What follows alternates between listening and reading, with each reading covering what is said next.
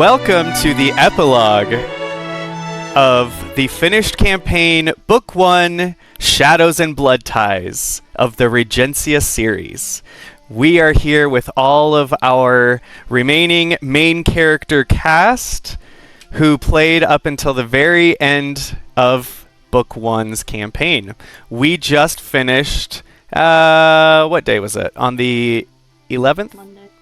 Or the 23rd? The 23rd of December, 2024. Today is January 2nd, 2025. Welcome to the new year, everyone.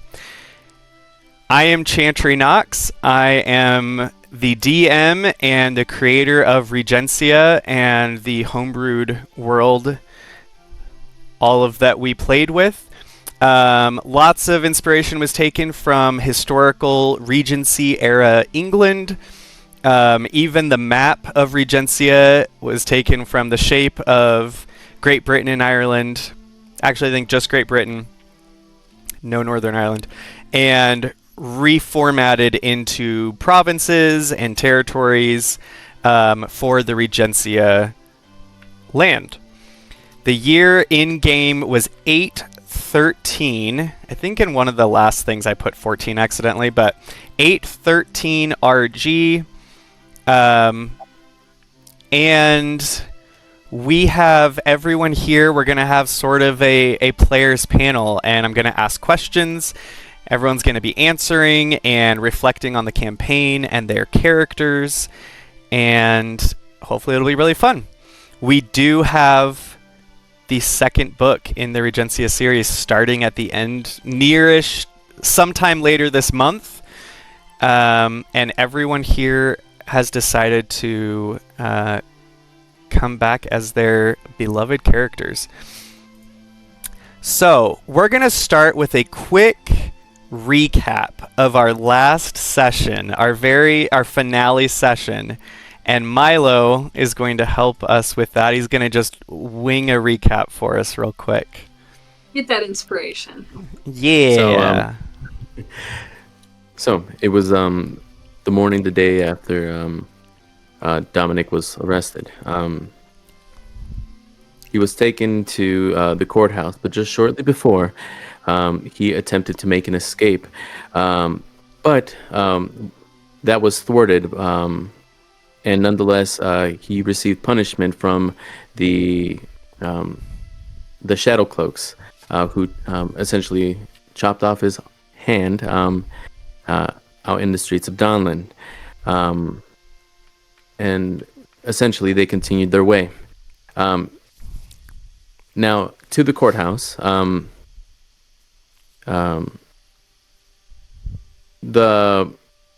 guess the king had a few words about his son being, murdered, and before any sort of crime or conviction could be placed on Dominic, Nicholas, also played by Seth here, essentially did a little bit of sorcery magic and kind of blew up the whole place, and kind of saved Dominic in the process, and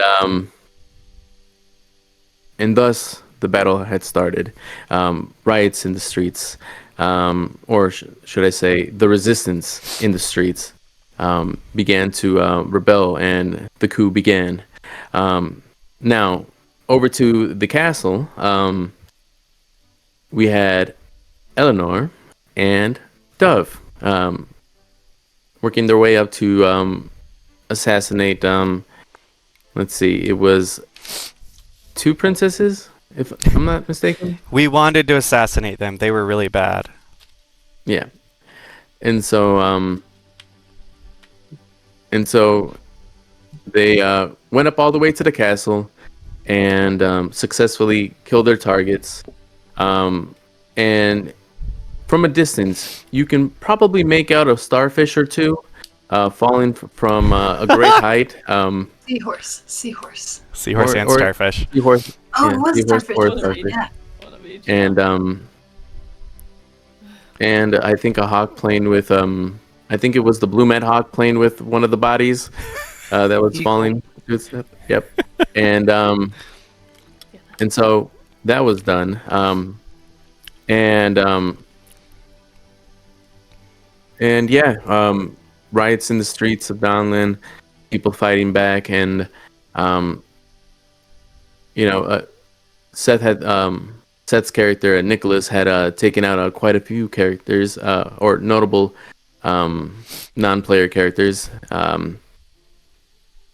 Some Ashtons, some. What was your kill count, Nicholas? If you don't mind me asking. That's a personal question, my friend. All right. Well, anyway, not the real life one. I mean like campaign one. Yeah. Yay. But essentially, I refuse to answer anything without my lawyer present. and so, the battle ended with the king dead, and most of the forces, most of the those who sided with the king, being essentially eliminated. There was a great deal of things. Many things happened very quickly, but for the most part, the Sterling family was able to survive through it all, and Yeah, they lived everyone happily ever- survived. They lived yeah. Well, until book 2, they live happily ever after. Well, Bernard Give 'em a didn't break. survive. yeah. Thank you My for old that. friend. Died. Thank you for that recap. We had a pretty epic last session. Sarah was she finally listened to it because she had to go to bed at intermission when she was listening to it in Yeah. real time. And so she listened to the second half essentially 2 days ago. 12-hour one. Yeah, she thought that the polymorphing was so great. It was. Yeah. Okay, thank you for the recap. Now we're going to start with some introductions. I already introduced myself. Again, my name's Chantry, and I live in Salt Lake City, Utah. I'm 31. I've been playing D&D for about 11-ish years now, and probably DMing for 10 years, though it was very sporadic for a while in the beginning. This is my 4th full finished campaign that I've run, and it's really exciting to finish a campaign because all those who play D&D know that it's sort of rare to finish a campaign, which is sad. I'm a sign language interpreter for my day job, and then I do a lot of art, which sometimes comes into my D&D games, and then I play D&D. All right, Brooklyn, let's start with you. I'm Brooklyn. Hi. My age is 30. My location is, I'm doing a bad job of this already. I'm in Southeast Idaho, and in real life, I'm a stay-at-home mom, and I do some like illustration on the side. And I play Dove on the side. Well, I mean, yes, comparatively to the other job Brooklyn's title I have, yeah. a famous professional artist. So appreciate you saying that. It is very not true. You are a published artist. You are a published I professional do. artist. I have one children's book illustrated fully, so yeah. And other pieces in other published art books. Yeah. So some little bits and pieces here and there, but yeah, We'll I am a circle back to published that later. illustrator. Okay. Tell us, so you play Dove, you said. Tell us about Played Dove. Dove is a halfling. She started out as Lady Eleanor's lady's maid. She's, I think, what did I say, 30 as well, 31. She's halfling rogue. Is rogue/warlock. Yeah. Great, and you're Brooklyn played the only character that was not a member of the Sterling family, which is our The main only character lower family. class. And the only Lower lower class class character. member, so she had a lot of fun dynamics that were unique to her character. And for those looking at the handout screen or watching this, she is our adorable little halfling, redheaded, with her black and white maid's uniform in this first family portrait that Brooklyn herself did for our campaign. And we'll talk more about your art later. Let's go to M. Did you forget my name? No, I almost said Eleanor, and I was like, no, wait. Did you forget my name? It's like, whoa. I'm M. I'm 32. I'm from outside of Pittsburgh, Pennsylvania. I'm an engineer for work. I work in sales. I play the former Viscountess Eleanor Sterling, now the Viscountess Eleanor Sterling Blumette. I'm a human Order of the Scribes wizard, age 27, and I am the cousin to Dominic and Nicholas Sterling, and lady to Dove Broadhall. And you're wearing a very fitting period. Very fitting. My perfect, beautiful, amazing wife made me a Eleanor Okay. inspired It's vest so good. that It's so has It's so perfect. is very Blumette themed.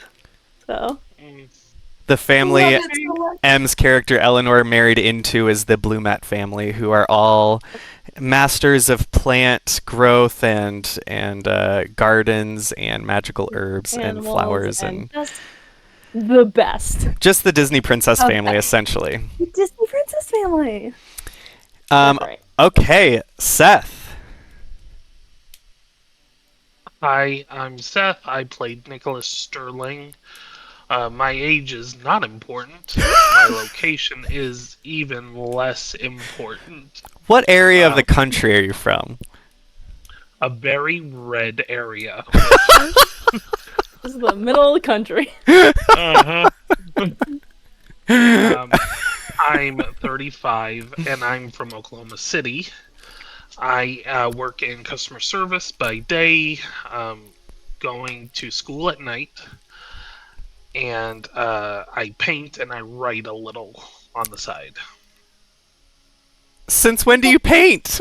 Sorry, what? It's just the very beginning. Yeah, It's all good. Yeah. it's I remember. hanging in my apartment. Seth, you have never told Brooklyn or He's I told that me. you do what? He's told me in front of all of you guys. Yeah. Did you not recall? Y'all, What y'all was don't I? listen. No, well, it's not. okay, tell us about your apologize. character. Who do you play? I played Nicholas Cornelius Sterling. He was the youngest of the player characters, 18. He was raised to be the perfect little gentleman, the perfect little heir. But we opened the season finding out his deep dark secret, or Nicole's at least, his mother, that he's a bastard, and that's when things got complicated. Yeah, in this first family portrait, he is the young lad on the left side with his foot up on the stool poof. And then I forgot to mention that Eleanor Sterling, M's character, is right there in the middle, sort of keeping the whole group responsibly together, Seriously, yeah. How about that? as she is the oldest of the characters. I should think Sorry? it should go without Oh. saying that Nicholas is marrying into the best family, Oh. the I don't know Stormonts. about that. Hmm. I don't know about that. And I think Very Dove can disagree. agree that she enjoys the Stormonts more than she does the Blumette. Ooh. That's... You're putting me on the So spot dumb. right now. That's... Is that so dumb? She likes both of them a lot. Yeah, she does. We're gonna find out the answer tonight, guys. And we're best Yeah. friends, right, Dove? You know what? I was Did gonna... you- I was... Did you invite me to your wedding? Are we best friends? Did you invite me to your wedding? No one was. No one was invited. Wait, this will all come out in the panel. Did you join a secret revolutionary Oh my band with gosh. Dove? Oh man. No, I never thought I'd be invited fought me. over. What I should have done is No just one listened invited in on you guys and wrote down all the things you say at each other. Okay. Nicholas. exploit them. Last but not least, Milo. Hello, everyone. My name is Milo. I am 30. Just turned 30 last month. And I'm from Chicago, Illinois. I've been playing D&D for quite some time now. I've been through 4 campaigns, completed them all, and then there's other campaigns I've been in as well. Those been cut short several times, so D&D is nothing new to me. And I play Dominic Sterling, the once Viscount, now heir at the end of the campaign, apparently, and Viscount, whatever. Viscount, yeah. The S is silent. I don't know, but and yeah, Dominic is sort of a lost guy. He is someone who doesn't get the whole social game. He didn't receive the same treatment as Nicholas did, and when it came to opportunities that would have been offered to him, and he was one of the only individuals who was born without magic, and he had to essentially call in for some help from a very wonderful goddess, and to obtain magic to essentially be more of use to his family. It was through these difficult trials and tribulations that really shaped who he is and was and will forever be as a character. So that's a little bit about Dominic. Yeah, Milo played the only non-magic character, which magic was very important in Regencia. Instead of gender playing a large part in who was the heir or who gets to do what, it's sort of more focused on whoever the first magical heir of the family is, or the first magical child of the family is sort of made the heir of the noble families. Still a strict class system. We had our nobility, middle class, merchant families, and then we obviously had the peasantry. And at the very top of the barrel, the royals. Now, to give some context before we start in with our questions, the Sterling family started as a middle class family. They had sheep, and they were from a mining background, and through some help and also some good old hard work and smart choices, they ended up making it big money-wise. They struck diamonds in their mines, and they ended up acquiring a ton of wealth.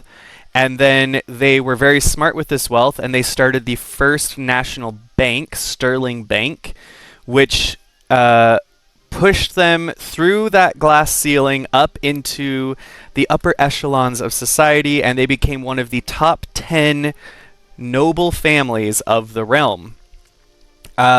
Something almost unheard of, jumping class systems that big in our real world Regency era, England specifically, and then also in the game. And so our characters here, everyone here kind of helped come up with the family name. They sort of picked a lot of things that would be a part of their journey in this campaign together, and things that they wanted to sort of stand behind or work towards as a family. And family they were, because there was definitely love and drama, lots and lots of drama and fighting and things. I couldn't have made it seem more like a real family if I had tried. But we've got House Sterling here, who who are this new noble family trying to navigate their way in this world. And they find out some deep, dark secrets about the royal family and about the church of the three goddesses. And there's some faith journeys and some really not faith journeys and love stories. And we had some weddings in the works right at the end of our last session. So it was a pretty epic season. I've invited each of the players, if they would like to, sort of put together a little journal entry post our last episode and invite them to read it here for us to get a little sort of aftertaste moment of inside their character's head, essentially. And no one has to read any, but I do know at least a couple people plan some. So who would like to go first? Are we going in age order as we usually do? Yeah, that's right. Dove, First, Eleanor, go first. Dove is go the last. oldest. It's Eleanor for is just the beauty. oldest Sterling. We can keep going in this order. We'll keep going in this order. Brooklyn, I you can wanna go first. Last. No, I want to go last. Okay, we'll start right here and go around like that. Or not first, at least. Okay. Em, would you like to go first? I will go first. Give me 1 second. Okay. Cough first. Okay.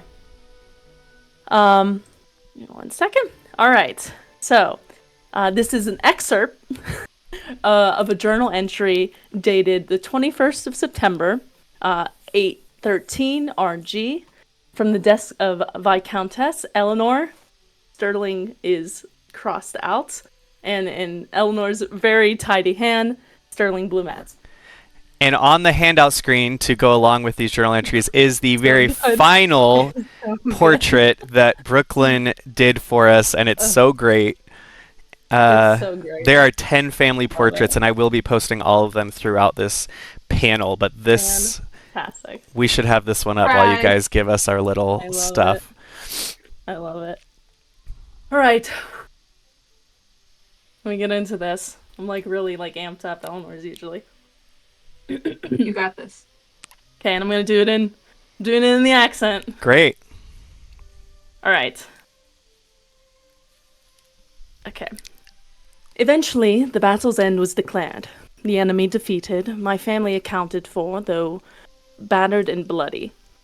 But my friend was dead, and the sight of his lifeless form haunts me still.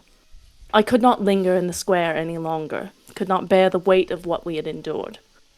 When I returned to Stirling Manor, the composure I'd fought so hard to maintain crumbled almost instantly. My mother opened her arms to me without hesitation. I fell into her embrace, unable to hold back the flood of tears that had been building since the castle. She held me as if I were still a child, murmuring soft reassurances as I wept into her shoulder. For the first time in years, I allowed myself to grieve, openly, freely, without fear of judgment or reprisal. I grieved for my friend, for the lives lost, for the innocence stolen by the horrors of that day. But most of all, I grieved for the person I had been, the person I would never be again. How strange it feels now to look back and realize how impulsive I had been in the time following the battle. Me, who had spent my life mapping every moment, orchestrating each decision with the meticulousness I'd become known for. And yet, in that moment, none of it mattered. Order, planning, logic, all were swept away by the urgency of my heart. When I asked Dahlia to run away with me, I was not entirely sure she would agree. To my immense relief, she did, her eyes alight with the same need to escape, to be untethered from the weight of our respected families, even if just for a single day. It was selfish, perhaps, but it was ours. Our departure was swift and unsentimental, save for the hurried notes we left behind.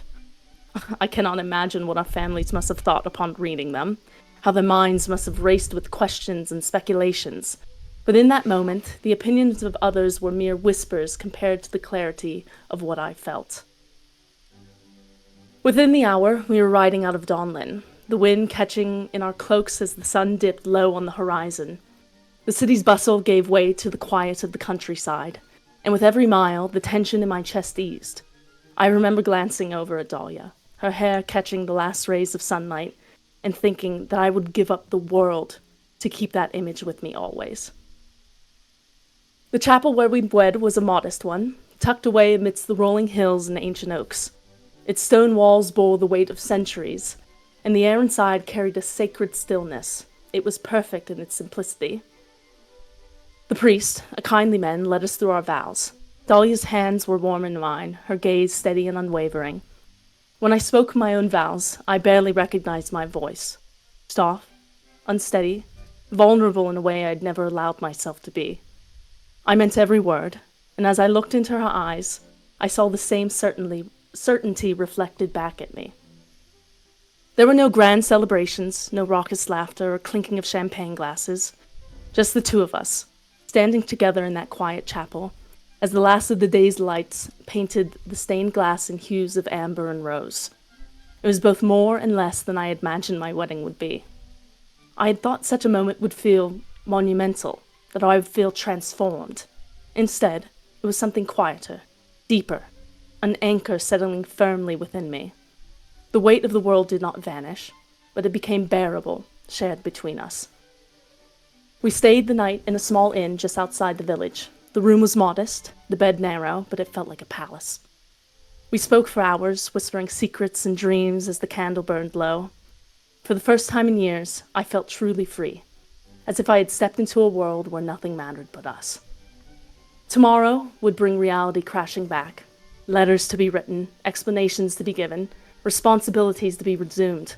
But that night, as I lay beside Dahlia, I let myself believe, if only for a moment, that the world could wait a little longer.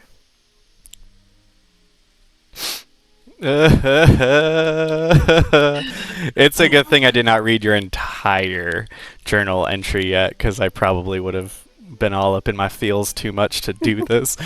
Oh, just wait. Oh, that was so great. On the handout screen in this final portrait, we have Eleanor with her betrothed and then wife, now canon wife, Dahlia Blumette. Yep. Such a good picture. So great. That's why I was up till 4 a.m. last night. It's because I couldn't put this down. Yeah, Thank she said you. It was like 5:30. Nice to wake up to. Yeah, also thank you for doing it. It's so great. Okay. Nicholas, do you have an entry you would like to read? Nicholas, yeah, Seth.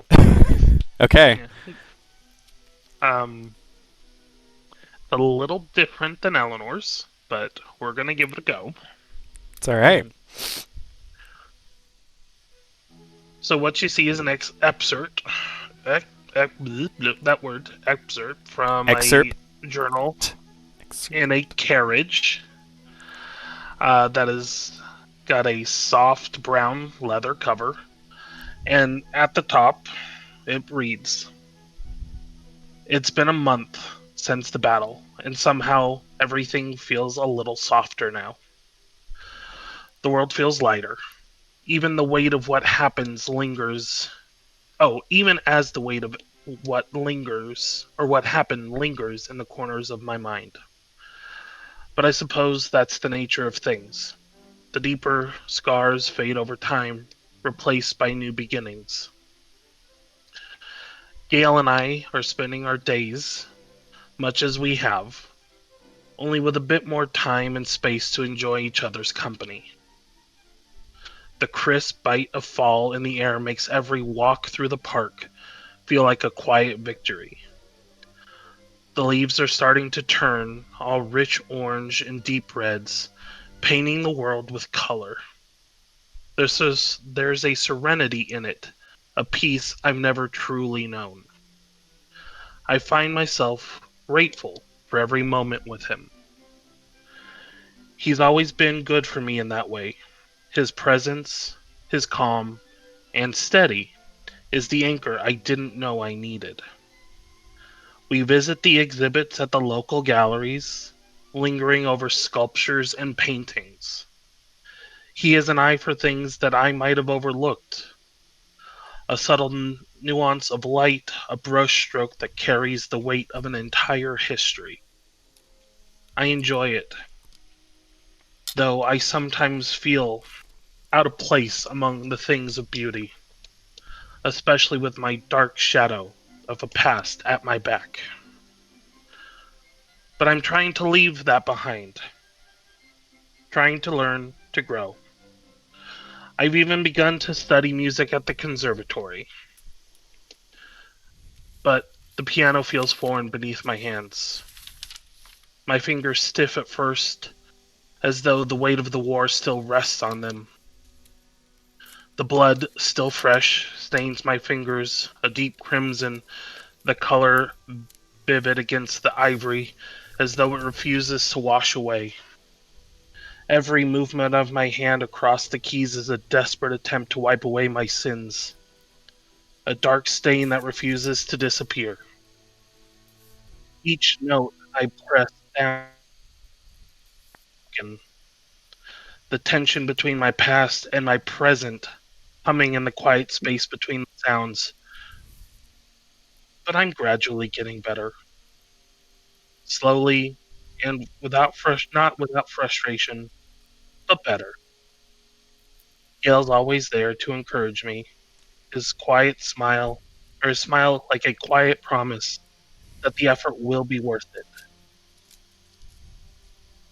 A week ago, I traveled north to see Emily.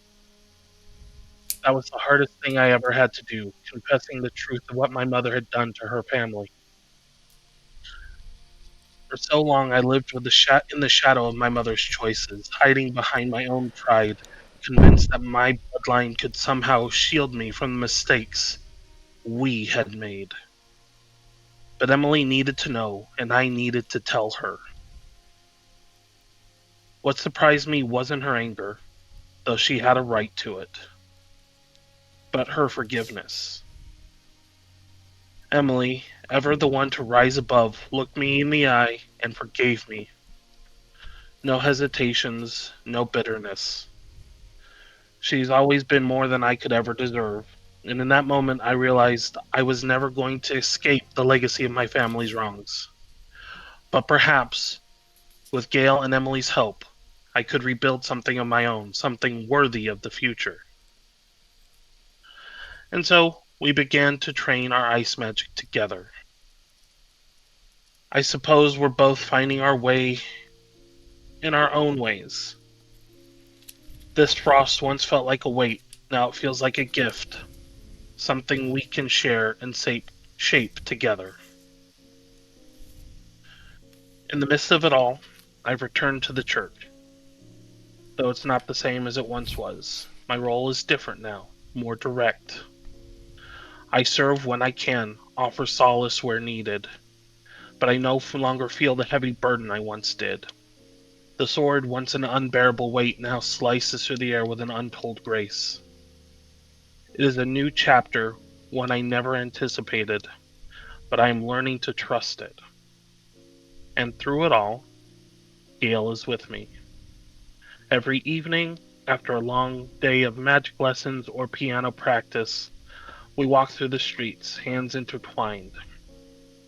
The days grow shorter now, and the air grows colder. But I don't mind that. There's a warmth in his presence that makes the chill feel like nothing.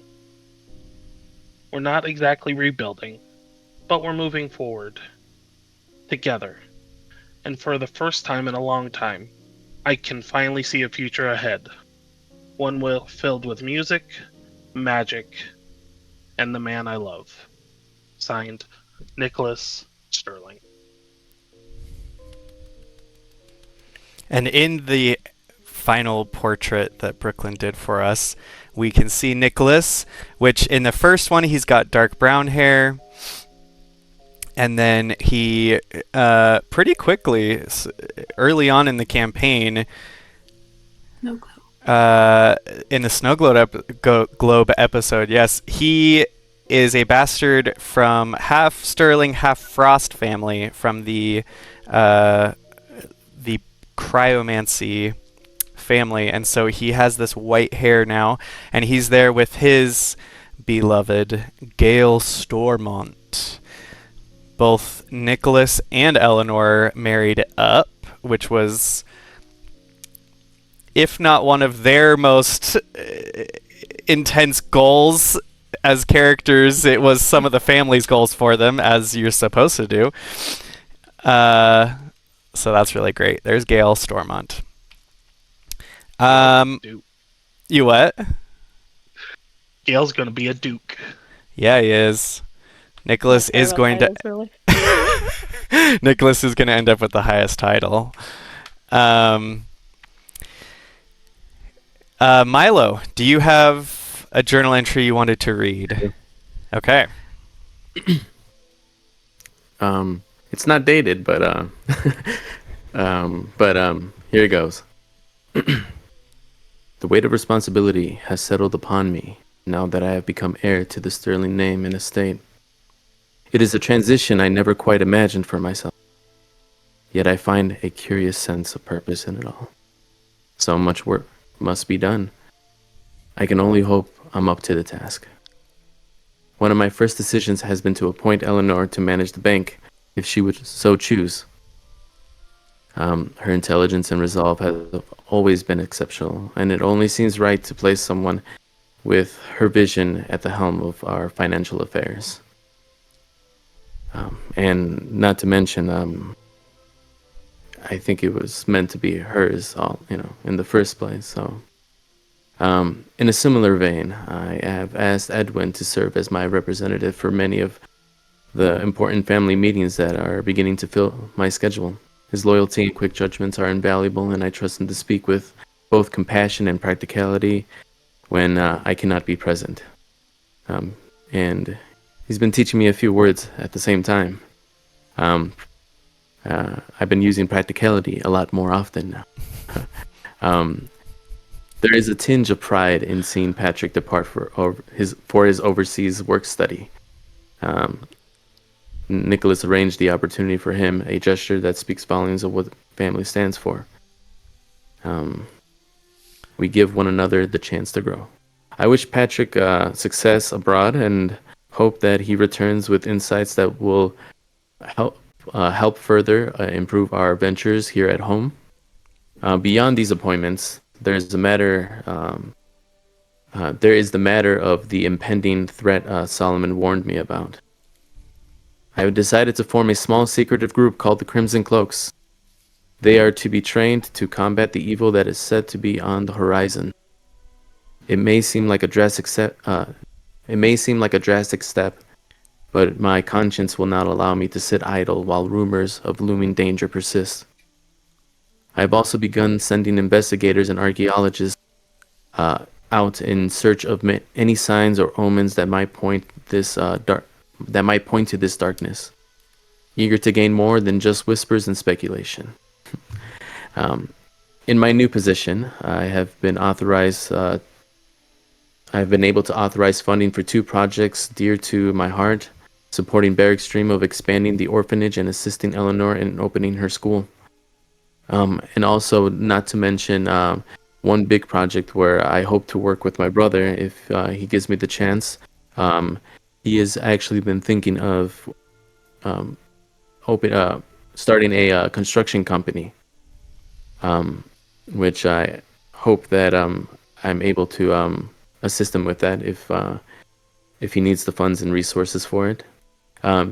But there is also something profoundly satisfying in putting our family's resources toward improving the lives of others, especially children who might otherwise have nowhere else to run to. With these efforts, I feel that we are honoring the ideal of compassion and fellowship that have always guided us, even when we did not carry the title or wealth to do so on this scale. On a personal note, I've decided to bring bread back to my meals. My aversion to it during simpler times was a small symbolic stance, perhaps a reflection of my discomfort with who I was or where I belonged, or at least I like to think that. I would definitely not want to think that the staff have it out for me.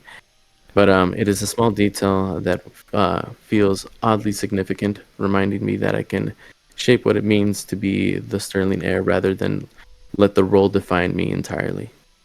Amidst these changes, there is a growing sense of unease among the people regarding my blood magic. Many confuse it with necromancy, especially after I slew the king, who revealed himself to be a monstrous, were creature in his final moments. Sight was disturbing. I did what I believed was necessary for the safety of the realm, yet there are those who now label me a danger. Necromancy is illegal in Regencia. So these accusations are more than idle gossip. Fear makes people see monsters in the unfamiliar, and I cannot blame them entirely for their caution. Still, it pains me to know that my intentions are overshadowed by misunderstanding. I hope that in time, and perhaps more transparency, will ease their fears, but for now, the weight of public judgment is not easily lifted. Lastly, Dove. Though part of me still hesitates to talk to you about this, I express my gratitude for all that she has done, for being the foundation of my newfound belief that family is more than shared blood. She taught me to see a home in the people around me, not merely the walls and titles. I hope that in reading my words, she understands how much her influence has shaped my ideals. She saw the best in me when I was lost, and for that, I owe her more than I could ever repay. Each step forward comes with its own trials, but I find myself more resolute than ever. Perhaps I will never perfectly fill the role of heirs as others might, but I will do so with a sense of integrity and willingness to listen. Two traits I believe I can carry us through whatever challenges lies ahead. Dominic Sterling. You can see why I chose all these people to join me in this storytelling campaign. These have all been so great. On the handout screen there, I posted the picture there of Edwin, who has been Dominic Sterling's loyal and trusty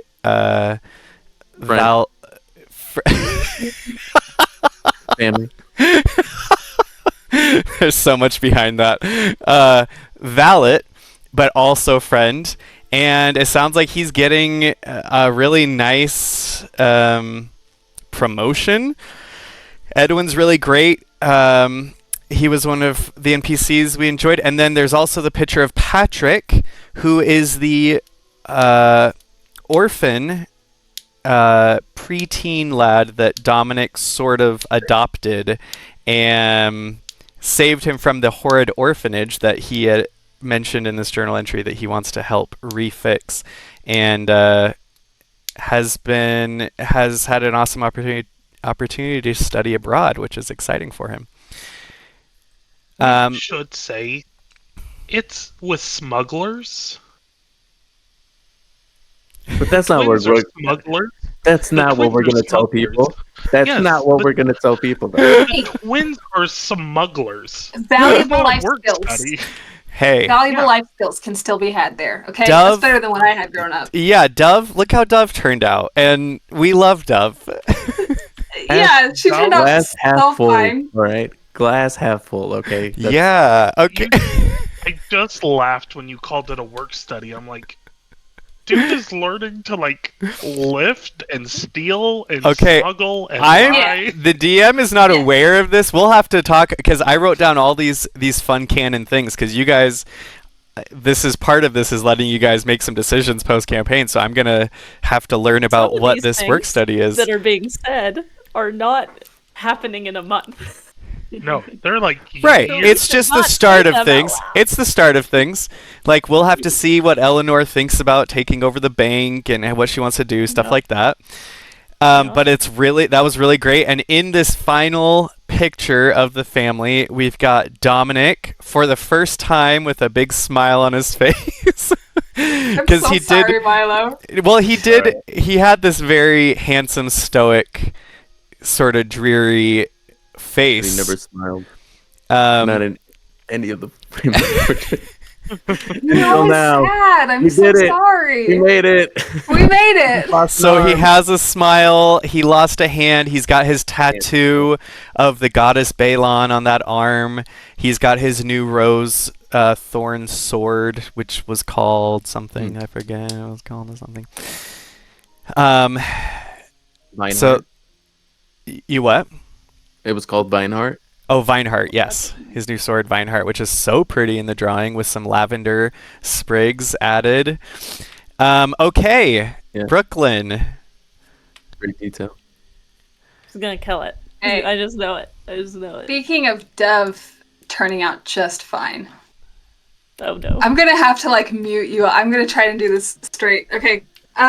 So this is Dev's journal entry like the following morning after all the things that happened. I'm gonna turn the music down too. Hey, you dumb journal. I'm gonna turn. Oh, I can't do. Okay. Hey, you dumb journal. I'm trying to hold it together. I've been unfairly banished again. This time, my exile is less severe, but still. I am not welcome on the 3rd floor for the time being, in order to let Dominic get some rest. Actually, Edwin's exact words were that I'm hovering too much, and I stress him out, so obviously this is not entirely for Dominic's benefit. Therefore, I have chosen to pout in the library in the hopes that someone... I'm like turning off my camera, you guys, I can't. I've chosen to pout in the library in the hopes that someone will see me and take pity enough to release me from this undue punishment. In the meantime, I'd love to do some target practice with Nicole's portrait here on the wall, but I have a feeling that decision will be frowned upon by many members of the house. Instead, I shall write a quick summary of recent events, I guess. That feels important to do. I killed Frost.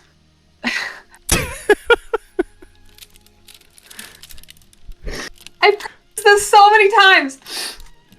I killed Frost. Dominic killed Solomon. Eleanor killed the Dowager Princess and Lassica. Dominic killed the king. Eleanor killed Philip. And don't worry, Nicholas also had his fair share of killing too. What a bloody trail we Sterlings leave. All for the greater good, so I've been told. Yeesh, I'm sure Eleanor will prove a more interesting record keeper than I am. Let me say something, though. I really thought Revenge on Frost would be sweet, something I could look back on and savor after the fact. And maybe the event was poisoned by the way it all played out, or maybe it was always going to leave my stomach uneasy, but I feel as though I've dealt with a venomous snake by swallowing it whole and hoping for the best. It's not helping my mood that Nicole's smug face is staring at me from her high post on the wall in her painting. She was terrible. She was an absolutely terrible person, and she got everything she wanted. Looking at this painting of her, I'm horribly reminded of how often our thoughts aligned during our group's plotting and scheming.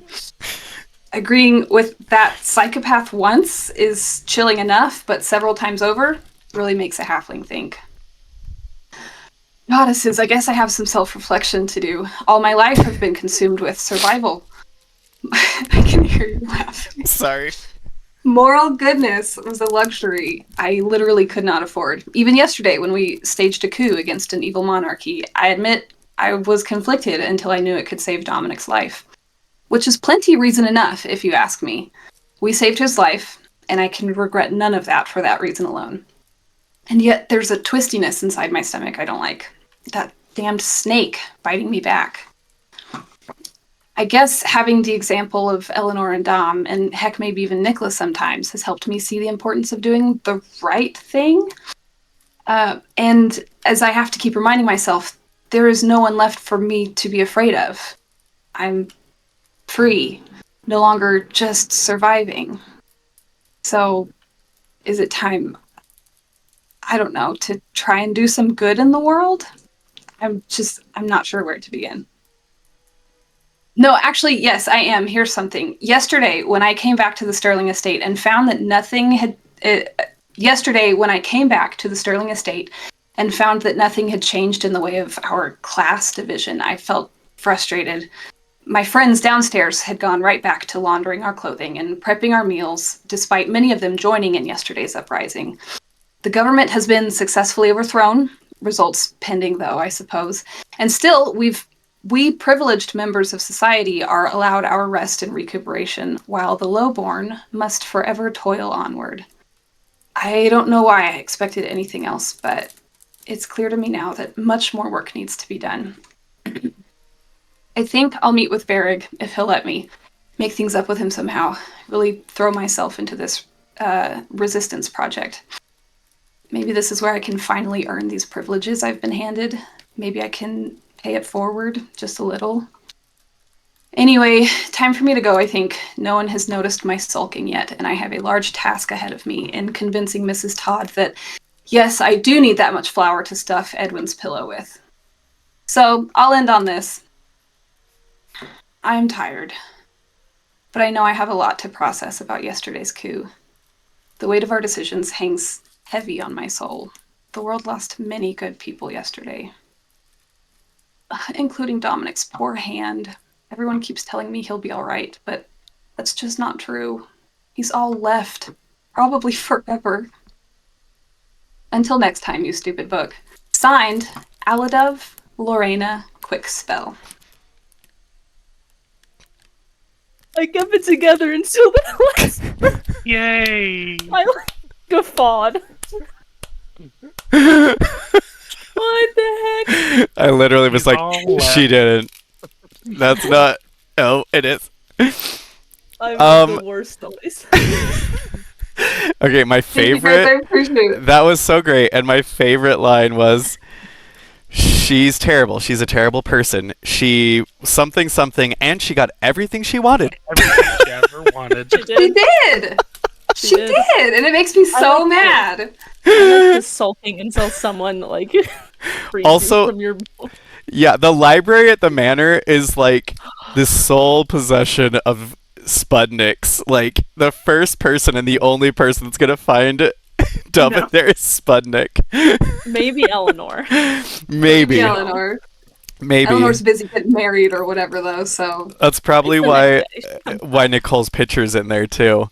I'm gonna post to the handout screen. Well, first, in this last portrait, we've got our beloved Dove sitting on the mantle, which is so great, with sort of like this, like not servants, but also not nobility's attire. It's cool. She's got like a necklace. She's got this kind of low cut shirt, and it looks like this like skirt. Scandalous. It's really great. Also, her gloves, because she's a rogue. And on her shoulder is the cute little dove. Brad. Brad. My friend Brad. Brad the dove, which Love Brad. broke Berrig's heart and visited Dominic in prison. Also Yeah, in this it's on portrait site. is Benjamin the duck, the ghost duck, which I'm just happy he made Love it it. into the final portrait. I'm so happy you made it. There was an empty space there, and I thought the only one that can go here The only one. is Benjamin. No one else. No one else. I'm surprised Honey didn't get a shutout. I know. Oh, there were so many things I wanted to talk about. Maybe there will be And more put honey in moments here. in book 2. All right. Any word from Benjamin? Thank you, Benjamin. All right. On the handout screen is a picture of Mrs. Todd, who didn't get much screen time, but gets to have a moment now in the epilogue. There is the Sterling family cook, Mrs. Todd, that was arguably Dove's favorite co-servant person. Co-worker? I can't believe Emma didn't make the One cut moment as your there. favorite, but She's irrelevant, so it's fine. She's not a threat to me anymore. Now? Does she come with me?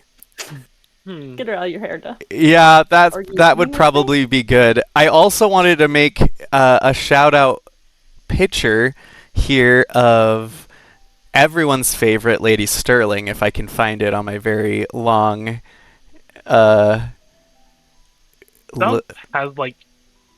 Dove has a point. She died, and Nicholas yeah. somehow still married up. Yeah. Eleanor married up, and Dominic became the heir, and every one of like the kids is better than where she left Not them. because of her. Yeah. She would honestly say it. 1,000% take account, like responsibility for it. She's taking She would credit say for all she of it. did it. Okay, silly me. There's a picture of Nicole on the mantle in the very first family portrait, which I've scrolled back to. There is the beloved Nicole Sterling, mastermind mother, totally not Boo. trauma-inducing mother of Nicholas and Dominic Sterling. And then Spudnik, good old Spud. Looks like a potato. He looks like a potato in that picture. Brooklyn, how did you Leave make him a human alone. look like a potato? Leave You know him what? alone. For him, I literally traced his picture, so he just looks like a potato. I was like, from a potato? No. You She remember just went to Chantry showed Google. us his picture, and we literally said, "That's a potato." Poor Spudnik. I freaking loved Spudnik, and everyone was like, potato, boo. Oh, I love him. Every time he came up, I got He's so great. excited. Every time he came up, even though I was like, I hated every it time. so much. So much. It was good for a laugh. there was so many good natural family dynamics when Spudnik would come in. Everyone played with him so well.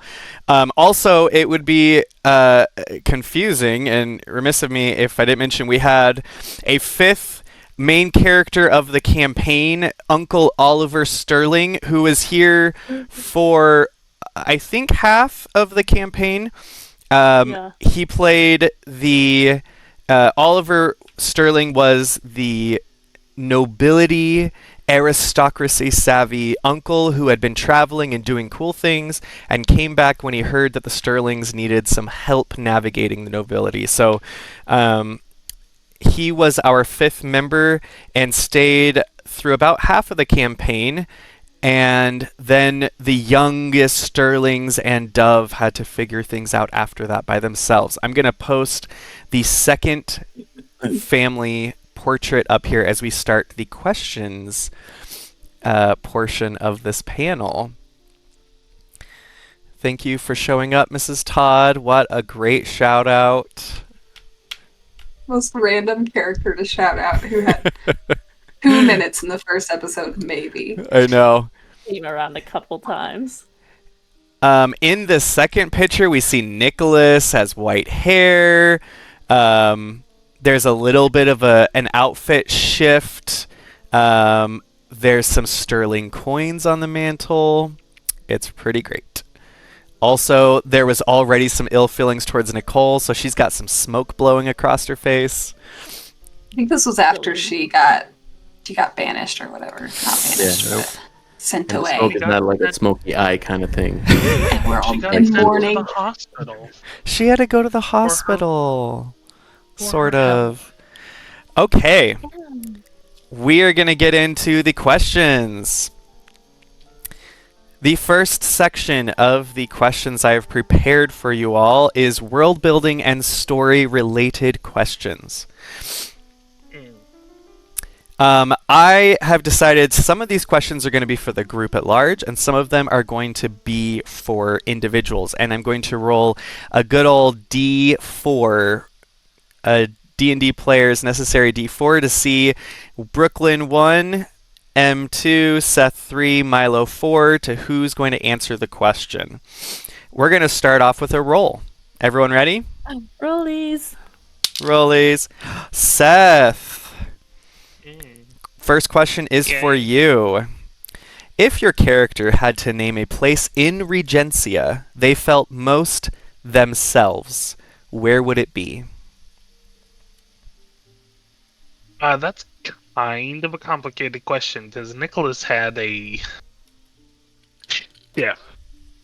mid-campaign where he went from like this very vain sort of, I guess, trophy boy, trophy heir to more of a what am I, what do I like, who am I sort of moment. Totally. Probably beforehand it was the conservatory, the theater, some place where he could shine with the skills Nicole had given him. Post, it's probably in the church, in the divine estate. Other than Gale and setting with Emily, that's where he's spending most of his time trying to come to terms with the blood on his hands. And Nicholas, in game, ended up becoming sort of a knight for the goddess Ino, which is one of the 3 goddesses of Regencia and represents fate, and she's the messenger goddess, sort of bringing people new birth and also escorting people out of their lives. Great. I think that makes sense. There definitely was a character shift for Nicholas. Mm-hmm. Definitely. All right, I'm gonna roll again. Ready?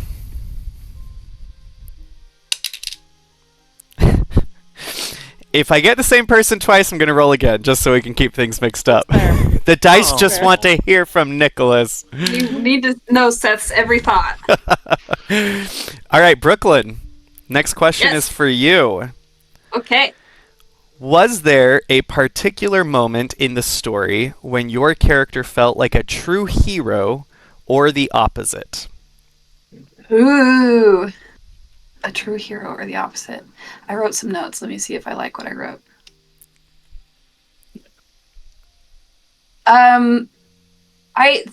The opposite part for sure was like getting revenge on Lord Frost and how quickly that was just taken out from under me.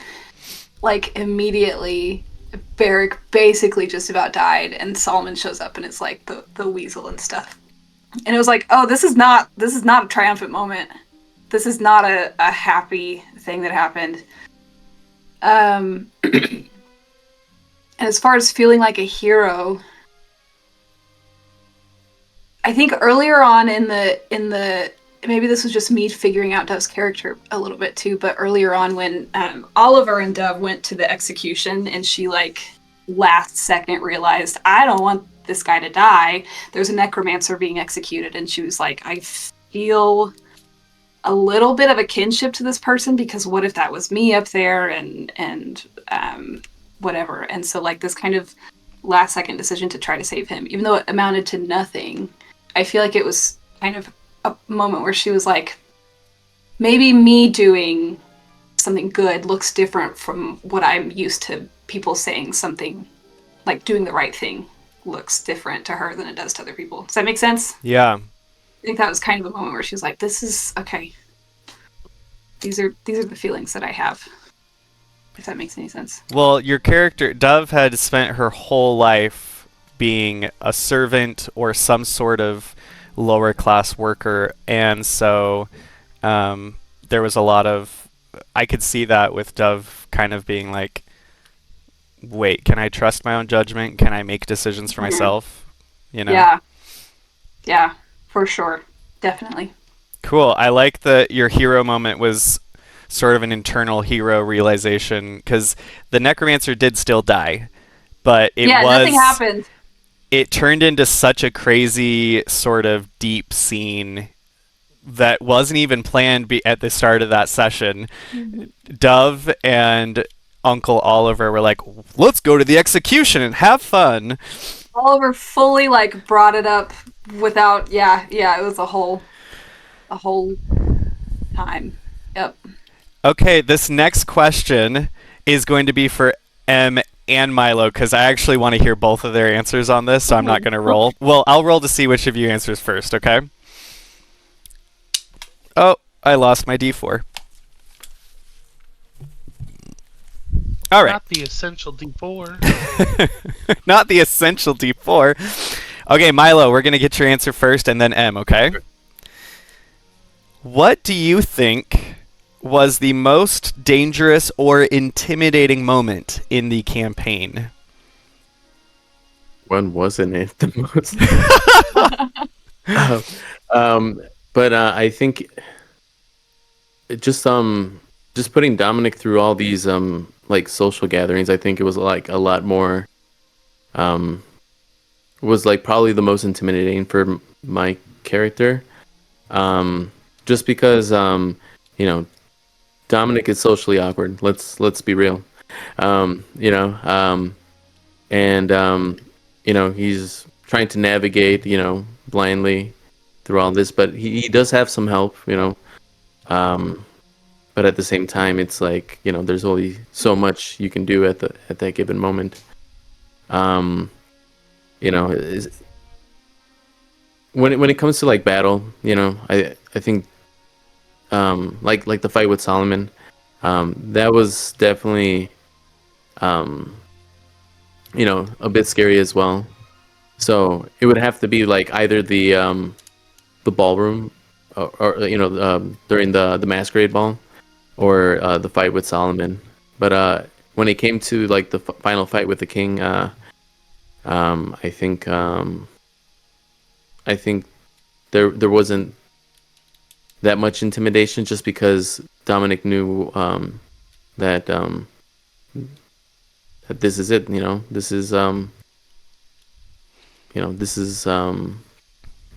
He knows what to do now, and he's able to overcome whatever fears that come with it. So. Well, I definitely, as a DM, try to make battles and confrontations scary and stressful, but I think Dominic, every single time he was involved in a fight, did so well, and was just like, it was just very flow state for him. Like the Kelpie, he did awesome things with the Kelpie. He killed Solomon single-handedly, which I never expected. You what? I said he was drowning. Yeah, but he did so many cool things. Like, he was in the middle of it, and it went well overall. Against me, he did really well. The time against Dove, and also Dominic killed the king and one of the main captains. So I think I can definitely see that there was a confidence when Dominic was fighting, and then definitely an awkwardness in social circumstances. I think we were all warring with feeling stressed for Dominic in social circumstances, and also just like dying inside a little bit. We're like, oh no. So that's very interesting, and fun. My favorite part was like during the masquerade ball, and it was in regards to the calling cards, and then like, I'm gonna write 2 names, and then everybody was just like, and that was quite hilarious. It was rough and great. I'm gonna write my name twice, and everyone just. I don't know, it's bold. There's rules here. I thought you did great. I saw no issue. That's the same party that Dove tried putting an egg in someone's skirt. And I had the same part. Yeah, speaking of the masquerade, I just posted the family portrait that Brooklyn did of everyone's fabulous masquerade outfits. They were so wonderful, and if you want to get the full in-depth description of those outfits, go and watch the masquerade episode. Which, did I title that chapter The Masquerade? I'll find out. I hope I did. Okay, Eleanor. The Elemental Masquerade. The Elemental Masquerade, yes. M, what did you think was the most dangerous or intimidating moment in the campaign? It's funny. There are only 2 questions that I didn't answer going through these, and this was That makes me so happy. So it had to be the Shadowby Castle. And like Brooklyn and stressful. we like talked about it for like kind of what our game plan was going to be going into that, because we would have been able to kind of chit chat as the 2 of them beforehand. I think that was the most like intimidating, because it had the most potential for going so wrong. But it's like once we got in there, like nothing went wrong. You guys, it was Sarah told me when she was listening to that, she was like, all the castle moments were so intense and crazy, but they made such smart choices, and they were so careful that it all went really well, but it still felt so dangerous, which I agree with. You guys were like, we're throwing up. We're going to throw up. But then and then literally walking into the den of beasts with Yeah. no backup. Yeah, you guys did awesome. You guys were Crazy. very careful with your choices. There were like 10 moments during that could have been like the end of it, that we would have had to like speed run it and try and kill people as we go along the way. But it's like the servant uniforms, finding that woman to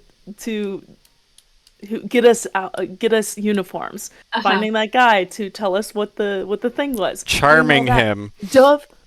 Dove failing her deception check. Had she not failed it, Oh yeah.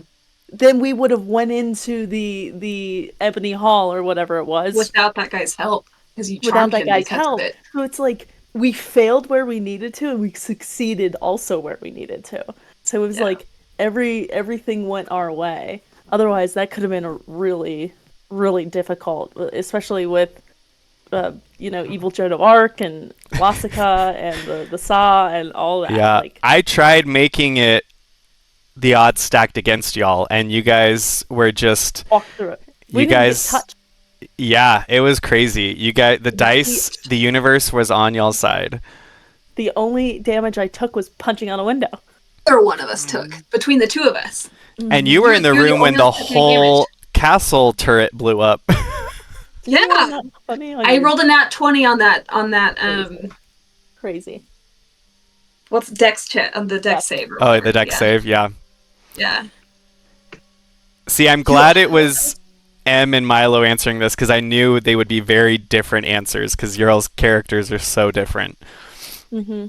Yeah, so I think that one definitely took the most forethought and planning. And it was a short week, too, because we went, what was it? Thursday to Monday. Thursday to Monday.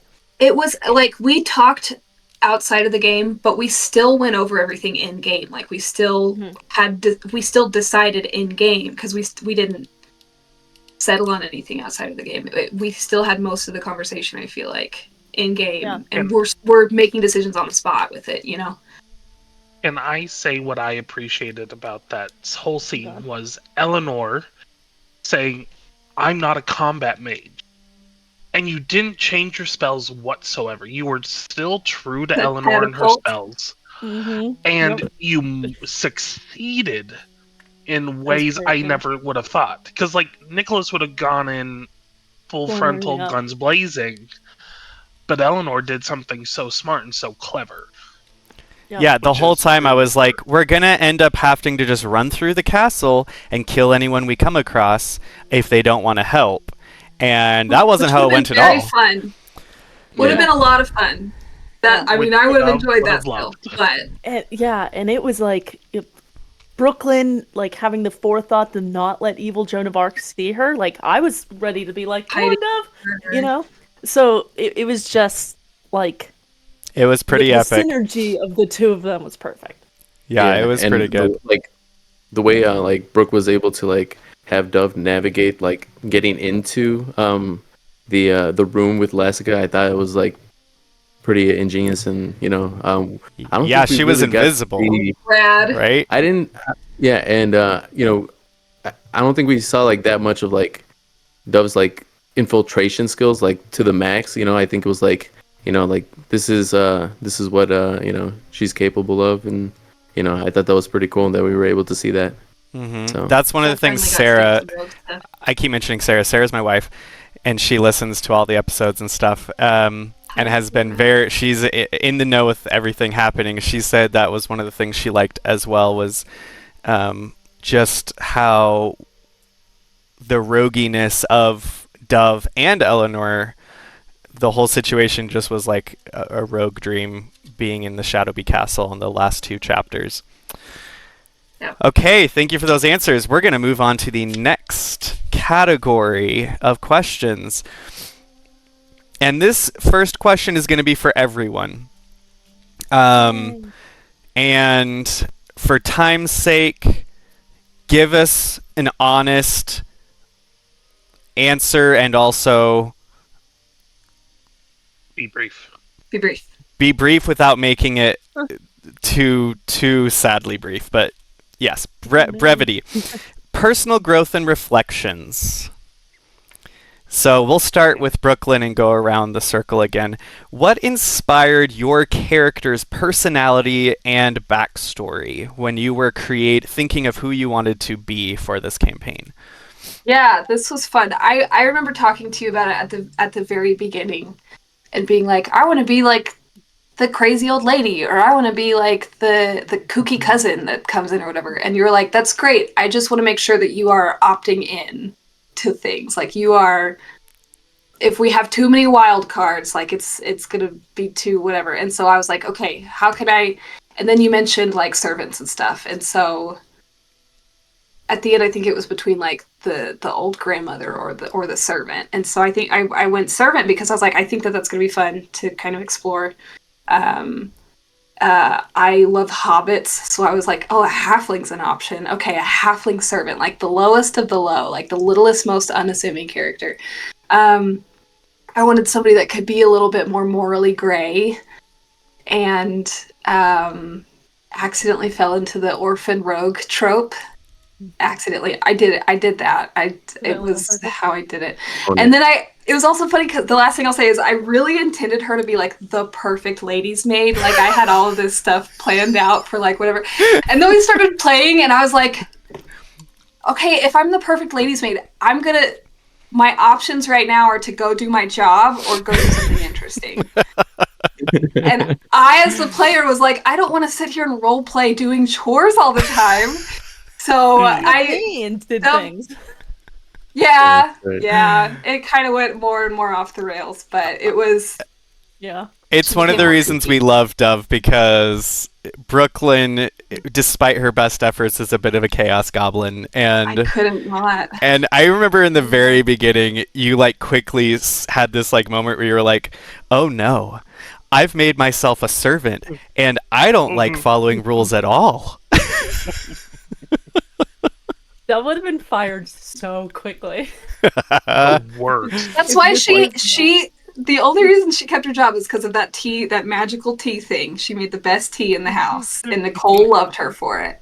And that's probably Also, the only reason she kept her job. Dove wasn't bad at her job. She also served the most brush off lady who didn't want help with anything, basically. Yeah. I just wanted a friend. Remember? I was paying you. Like, yeah, a friend to body double while you did all your notes and sent letters and...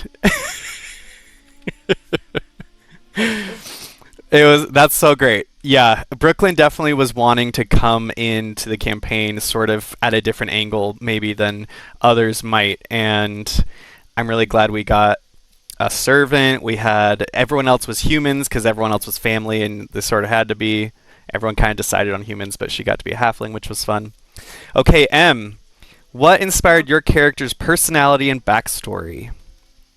So, Eleanor was based on a play-by-post RPG character that I had played a few years back. Who was kind of this like financial prodigy who helped run the family business. That was where like Eleanor came from, and I actually like wrote that character into her backstory. It's, wow. Maeve's father is the name of that character, Bryn Morgan.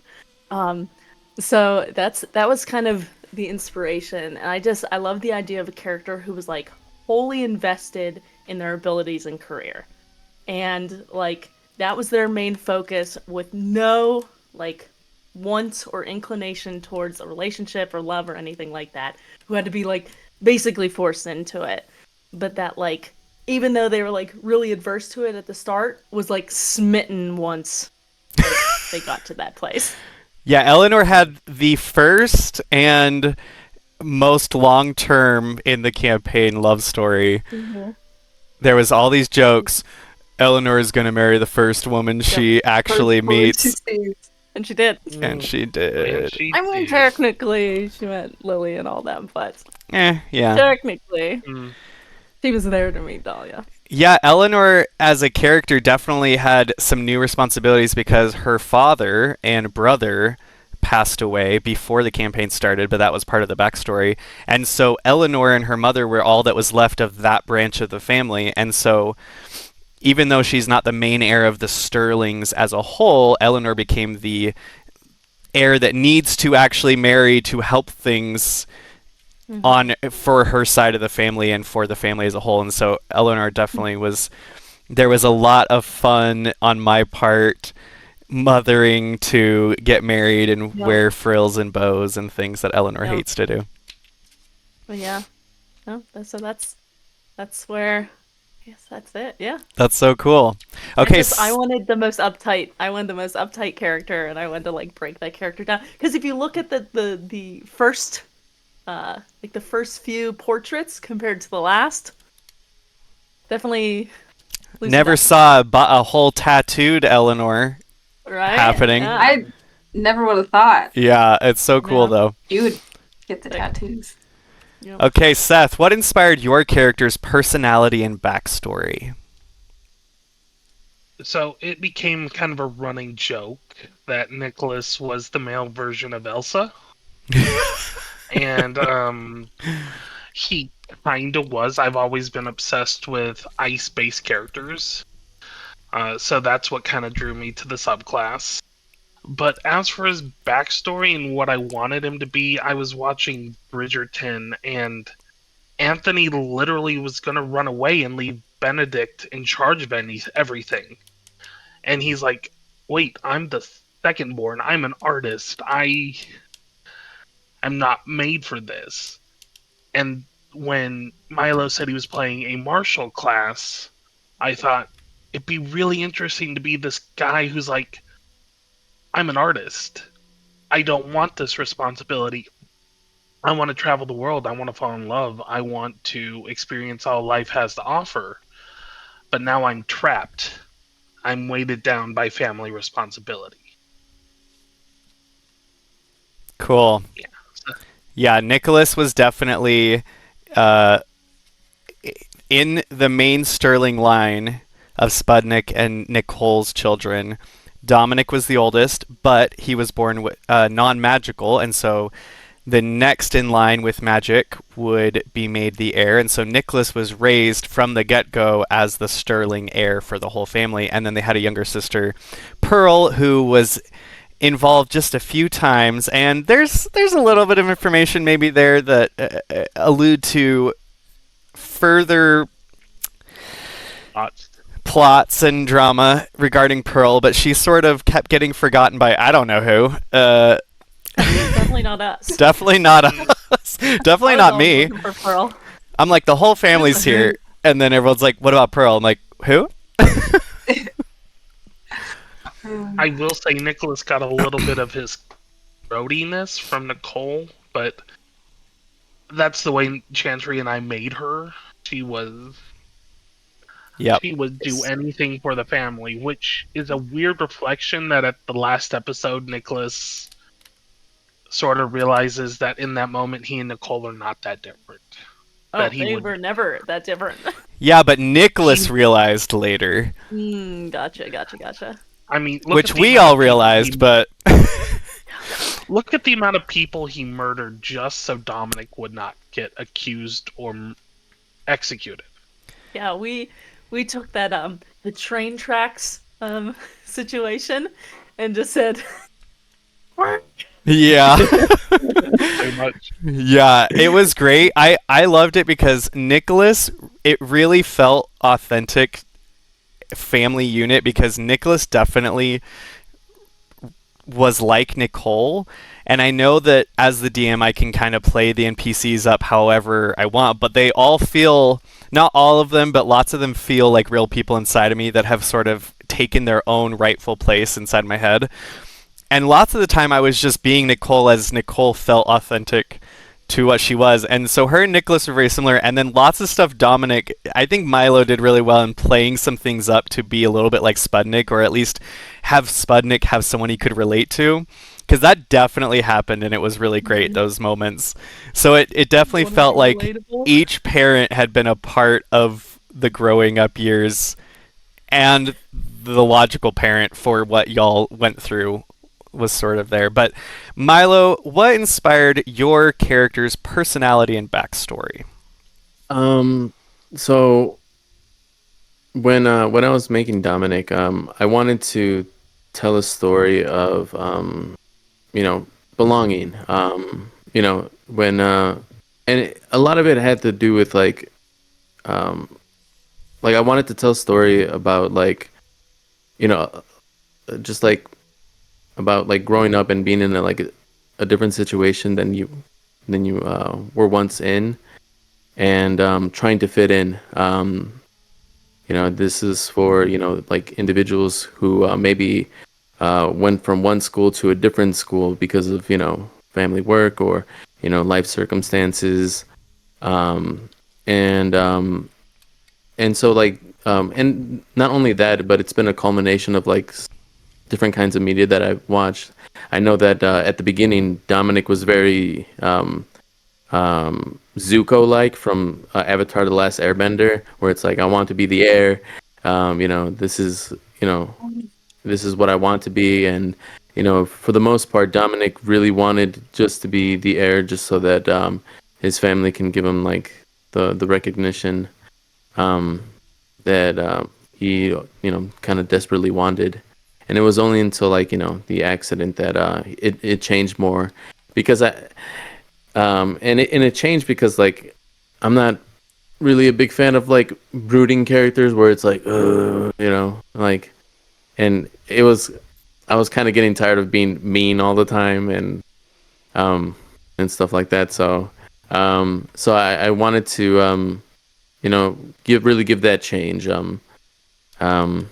Where it's like, oh, he has this shock, and then suddenly, it becomes more towards, trying to fix things rather as opposed to trying to change things, I guess. Right. Well, So. Dominic had an interesting sort of character role because he's playing the oldest in the family who is passed up as heir because he's non-magical, and so for most of the campaign Milo's character was non-magical and had to deal with some scorn and things in society for that. It was sort of one of those things where officially everyone's like, well, yeah, you can be an eligible bachelor if you don't have magic, but also are not going to actually consider you as an option. So there was definitely a lot of internal struggle with Dominic, which you can see. The Masquerade Ball was kind of a highlight of unfortunate just things for Dominic, and he's got this cool mask on his face. It's almost like these dripping black tears. They were actually stalactites. Right, and not tears, not crying, stalactites. Yeah, stalactites with an earthen cave-like boulder kind of esque outfit that wasn't that didn't work in certain circumstances, but it was really cool. Everyone's yeah. outfits were so great, and you've got the vines around your legs from when was that well, Dahlia? Yeah. You think I did this to myself? His pants were down and he was wrapped up in some ground vines. Yeah. It's pretty funny. You think I did this to Yeah, myself? he was. That was really great. Okay, we're going to move on to the next category of questions, which is relationships and bonds. This is going to be a question for everyone once again, okay? And we will once again go in our circle here, starting with Brooklyn. Which NPC did you enjoy interacting with the most? And if you'd like, you can give a quick little why they were your favorite NPC to interact with. Or if you didn't interact with them, you can just tell us your favorite NPC, I guess. I loved messing with Sputnik. I love Honey. I got excited whenever Barrick would come and hang out, but I think Sputnik would. It was fun. It was fun to mess with him. He was really great. Spudnik. Yeah. Spudnik. Nick. And you would just embody Sputnik and like hold up your newspaper and just like, oh, it cracked me up every time. You did a The great Robert job De with Niro Spud. face. Yeah.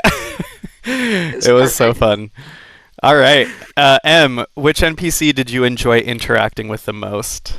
Do I have to answer? We'd all be a little offended, I think, if you didn't answer, hopefully, how you're going to answer. Let's say it. Delia, of course. Yes. I came into this campaign wanting, like, obviously other things, but I wanted that Jane Austen worthy love story. That was like one of my main goals. But honestly, I loved Maeve too. Thank you. It drove me crazy.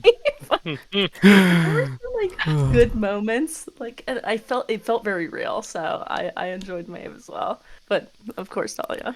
I'm glad you enjoyed Maeve and it wasn't just torture, because I definitely saw half the time with Maeve, you were like, I'm going to rip my hair out. And then other times you were like, oh. Yeah. It like made me feel like bad in moments. Like, I'm so mean to her.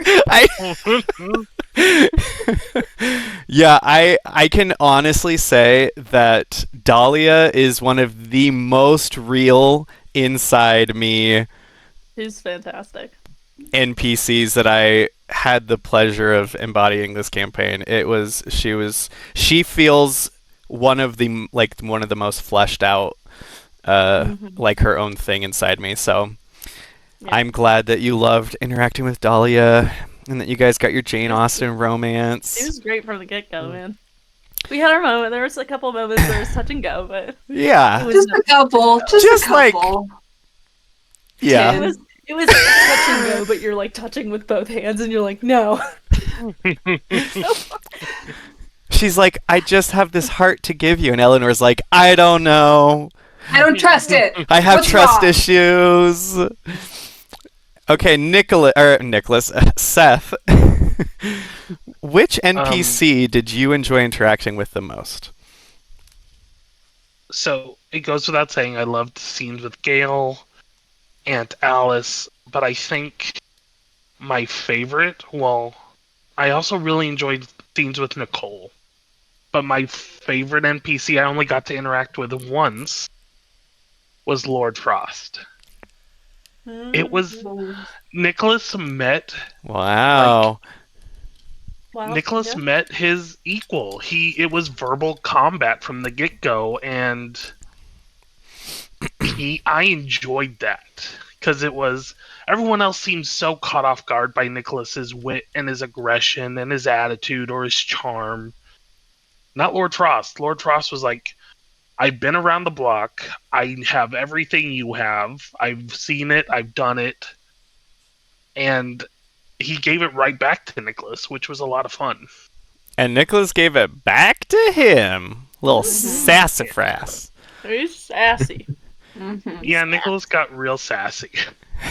Well, Nicholas was real sassy. He was, but he just got sassier and sassier as the campaign And went. sassier. And sassier.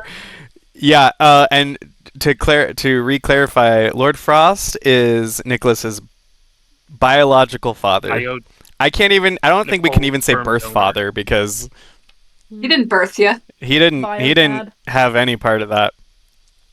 He was Nicole's sperm donor. It's fine. Yeah, almost without knowing. That word. I was so sure you were going to say Nicole, so that's really interesting. I'm glad that scene was so impactful because you guys only did get one scene together, and it was an impactful scene. Yeah, it really was. I wanted more with him, but it just never seemed to line up. Well, that scene then wouldn't have dumped been with- as impactful if you guys had multiple things before that, so... That's true. Okay, Milo, which NPC did you enjoy interacting with the most? There was a lot of NPCs. Some honorable mentions. This one's a good one. Patrick, you gave me the biggest puppy dog eyes I've ever seen in my life, and I was like, I gotta adopt you. And Patrick the orphan boy? yeah, when you're just eating the muffin, and it's like, And then I'm like, I wasn't here for that. I need to save you. Yeah, that was because M was gone, and then Brooklyn and Milo were like, we might have adopted / stolen some kids from the orphanage. Like, what?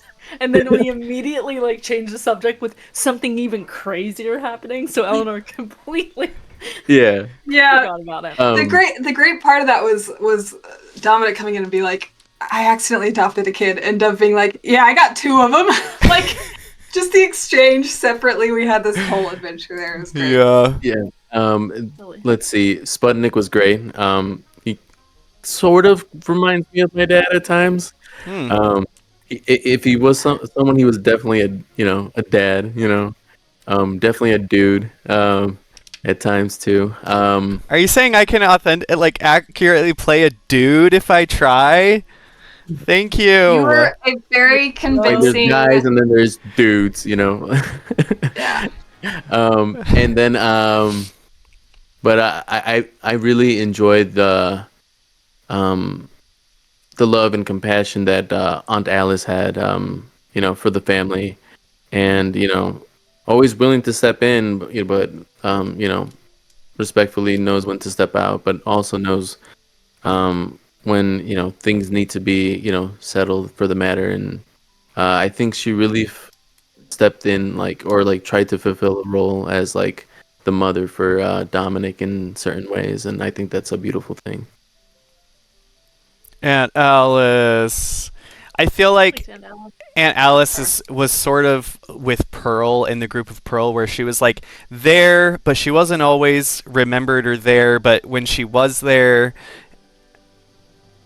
you definitely kind of felt the family loyalty. And I have so many questions about her. Like, she ended up Yes. being way cooler than we thought. Oh, She would be no, like, kill. oh yeah, I've killed somebody before. And we're like, Yes, exactly. I want to know. Like, about it! Screw about the it! whole the moment we told her everything, she froze for just a second, but like almost snapped fainted. to it so easily. She was like, "It's fine. I can roll with this. I can make this work." Yeah. She's like, I can't be the cool aunt if I freak out. She swooned. I will say She swooned swooned. first. She swooned. Well, she is a lady. And Nicholas did sure as heck slap her. I forgot about that. I needed to have need that. you at the- We had seconds. We had no time, right? Yeah, We had a couple slaps in literally the last- had no time. We're like, Nicholas is like, Yeah, pull we did it. yourself together, woman. Who else got slapped? I think I slapped you. I got slapped. I know I- Nicholas slapped a couple. Yeah. You did slap me! I slapped you in I the sl- last session. I slapped frankincense. That felt really good. Oh yeah, in Man. the final battle. So there was Yeah. 3 slaps. Who slapped you, Dominic? Milo? Who slapped you? Well, Ruby slapped me. Yeah. When did that happen? When he Uh, basically told her that she was too young and that Oh, earlier. it's not going to earlier happen. in the- Yeah. Yes. Yeah, Dominic I had a love stalker. Ruby We also. can't say no one was going after Dominic because there was some. Speaking of times that slapped us with beauty, if you look at the handout screen, there's the family It's like one of my portrait favorites. of the family at the Blue Mets. And This is definitely one of my favorites. yeah, this has And- got to be one of the best because there's so many beautiful flowers. They're at the Blue Met Estate. This is the first location everyone got to see outside of the Sterling Estate, which was this giant, gorgeous estate out in Regencia countryside, just like the noble families of Regency England had estates. And they finally decided to make a trek to Donlin, the capital city, essentially the London of Regencia. And they stopped at the Blue Met Estate per an invitation to have tea, I think. Yes. And Best day ever. Dove's here in a pink servant's outfit. Eleanor, this was her first time kind of branching out with some outfits. Color Dominic- your wardrobe. Everyone was branching out with their outfits. Everyone had a lot of fun coming up with their Blue Met outfits. Nicholas, I think this was like the first 18-year-old sulk Tantrum? tantrum. Yeah, like, I'm rebelling. Everyone had a great Yeah. time except Nicholas was like, it's not all about me, and you guys have made me upset, so I'm going to wear all black, and I'm going to stay in my room. And play sad music. And plays that Oh, music with his violin he that did. doesn't produce sound. So funny. I just So noticed. Seriously. Some of the Nicole other buys a Easter violin that doesn't actually make music. Yeah. What a mom. Also, Amazing. Dominic has his sprig of lavender in his Yeah, on I his just noticed jacket. The first time the lavender showed up, was at the Blumettes. There's Honey, the bumblebee, who is also a servant of the Blumettes, a lady's maid for Heather Blumette. best Most friend, of the Blumette's servants are actually animals that have been true polymorphed and can switch back and forth. And then we've got Benjamin the duck. So many good R.I.P. things happened. The duck that Dominic great. shot while hunting with the men, and who happened to be Dahlia's best animal pet, who was not thankfully part human, but was her best little duck friend. And Dominic shot him, and then he had a cracker in his mouth. Here, I'm gonna make a good thing out of a bad thing for Dominic here. He killed Benjamin, but it did lead to a really good little scene of them laying flowers in the pond. it was No, very it cute. Nice. That It was also, cute.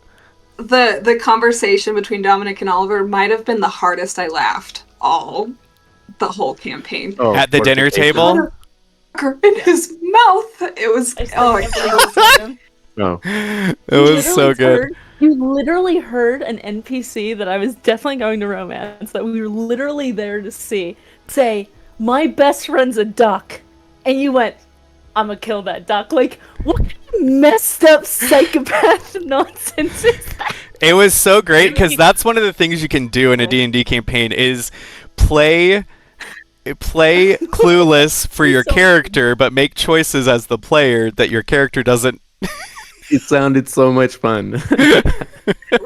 Also, it allowed Benjamin to be one of the main NPC characters throughout the campaign because Dove's character, or Brooklyn's character Dove, can see ghosts and would That's call character upon Brooklyn. ghosts. Yeah. And Brooklyn Benjamin came also- back to be so helpful so many times. He actually might be my favorite NPC that I He was interacted with. fantastic. I might You didn't change my have to say answer a to word. that. You didn't have to say a Nope. word. No. Not a word. Okay, He's a this very That's a few words. very traditional duck. So traditional. this And he's in the next final group photo. Sorry, he is. okay. He deserves a spot in the final group photo. This next question is going to be for the roll of the dice. No. Milo, who in the group challenged your character's worldview the most?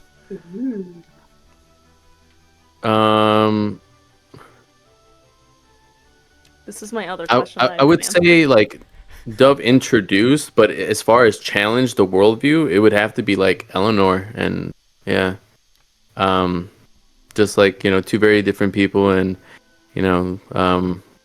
sometimes that difference kind of makes people butt heads at the same time, right? And but it's not like one of those things where Dominic kind of disagrees.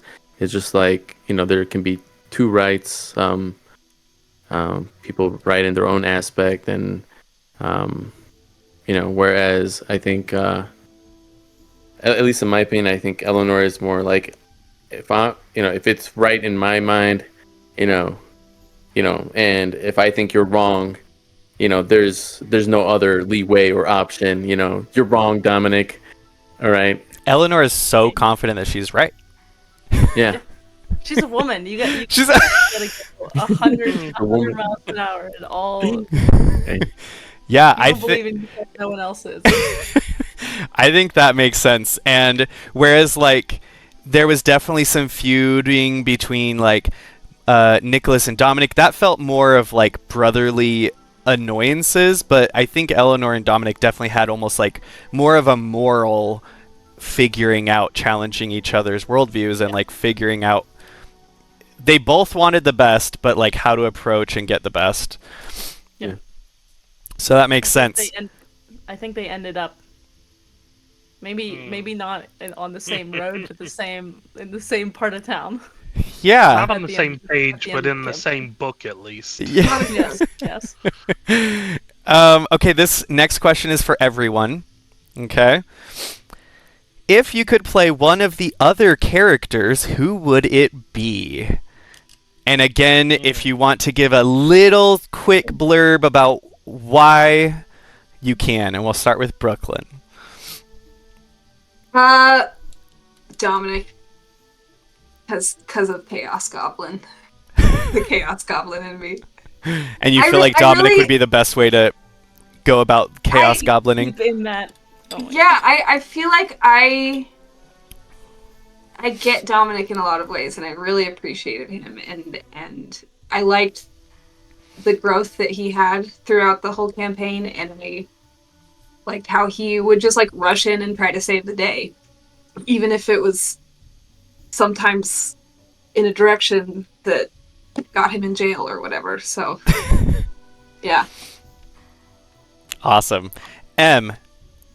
Nicholas. If you could play another, I'm gonna be a sassy ice queen. Nicholas. Like, what? I'm gonna be a sassy ice queen. That's it. I mean, All right. You either got it or you don't. Yeah, I don't know if I could do it. I don't There were a want couple it. moments where I was like feeling my Nick. Oh, Your no, Philip competition? Eleanor came into it at the very end. She was getting Yeah. Yeah. I hit my stride. Yeah. I loosened Cautious, the cravat a little cautious, bit. cautious strides. I loosened slow it and then I sprint. tightened it back up. Yeah. Okay. Nicholas, who in the? Oh no, I'm sorry. If you could play one of the other characters, Nick, I keep calling you. We've been calling each other the character names. Seth, what other character would you want to play besides your own? Dove. That was I up think there it for me was. too. I think it was smart going with a character who's not tied down to the family, and Dove was a chaos goblin, and I loved her for it. When Nicholas actually got to interact with Dove, It was so she, she introduced him to like, you don't have to make choices because of obligation. You can choose whatever you want because it's what you want in the moment. And he was like, really? Yeah. And it was Burn great. it all down. Yeah, it was fun when we got to hang out. We needed to do that And more. he didn't burn it all down, but he tried real hard to freeze it all down. There was a You did a couple good job, moments too. where Nicholas was like, "What would Dove do?" What would Dove do? She quick definitely fire. would rob a grave of a high bishop, and she would definitely pick the body of a dead duke, and she would. Yeah, Yeah, and she every did all the time things. Seth said that, Em was like, "Nope, don't support. Don't support." Don't do it. There's a It's little like a- Eleanor and a little Dove on his shoulders. It just flashes Eleanor disapproves. Honestly, that's how I pictured. That's kind of how I pictured Nicholas making decisions. Was a little Eleanor saying, "No, that's not right," and a little Dove saying, "Do it, do it." And just then do a it, do it, whole do it, lot do of it, do it." Nicole Yelling. kicking both of them off to their deaths and then telling you what to do. And in the last Pretty much. episode, there was a little Dominic there too, telling you what to do. Mm. It was cute. Yeah. Okay, The whole Milo, family. if you could play one of the other characters, who would it be? I don't know. The DM, I don't know. The world. I don't know. Just like I don't know. It's a lot. I mean, because I do like enjoy like Dove's character a lot. Like, and then like M's character is like very similar to like other characters I've played before. Where I would play like as paladin and just like, you know, very prim proper and yeah. And then we have like, just like the powerhouse that like Nicholas is. But if I had to choose between one of them, I don't know. I don't know. Everybody Pick just Eleanor, smiling. it's a full circle. I know. I was like, oh man, Yeah, I'm gonna be the only one I to think- escape. Okay, Milo, then which NPC would you most want to bring into a character I would love to play alive some of these. place? If Oh. if not one of these characters, who would you choose from the world to play? Ooh, That's such I would. I think I would like to haven't play. thought about that. Um, for looks, Mikhail Bruick. Hot. He's Yeah, hot. he was hot. Yeah. Like Yeah. hot, sexy, like Anakin Skywalker K-pop star. Like, yeah, it was great. We didn't get to interact with him very much at all. I don't No. think even once. No. No, Mm-mm. he died. He got cleaved in half. Poor soul. Mm. This last stuff. That would be kind of a blank slate character, which would be nice because you'd be so hot. I mean, Dominic was hot, So hot. but you'd be so hot. You'd be from the Bruick family. That'd be very interesting. Yeah. Okay, rapid fire. There's a couple of you that said you want to. There's certain NPCs. I'll let you answer. Easy Sindara. one again. Sindara. Everyone wants to just be the hot, conflicting evil people. Like the way she got under Dominic's skin and the way she like Tommy. Daddy Dommy, you did unholy things to me, Julius. Oh my Daddy God. Dommy. Did I say that? Ah! You definitely It was said just something like so that. Yeah. You good. said a lot of things. Yeah. She Ugh. was so evil, Yeah. but so confident and just perfect. Thank you. Wow. Sindara, Mikhail, Eleanor. Classica. Lassica? She was a psychopath. Even Yeah. more of a conflicting evil character. Okay, Lassica, the baby doll princess that was basically the Joffrey. Mm. Eleanor We all or wanna be the evil I just people. love Dahlia so much. Dahlia. Would be fun. Who wouldn't so want to be good. Dahlia? Right, she's so cool. Okay. I did think Lily though. I was thinking. I was like, and especially like Lily. post battle So nice. Lily would be I really love interesting Lily a to lot. I really explore. did. Yeah. We stand Lily. Little Okay. Francesca Ew. Bridgerton.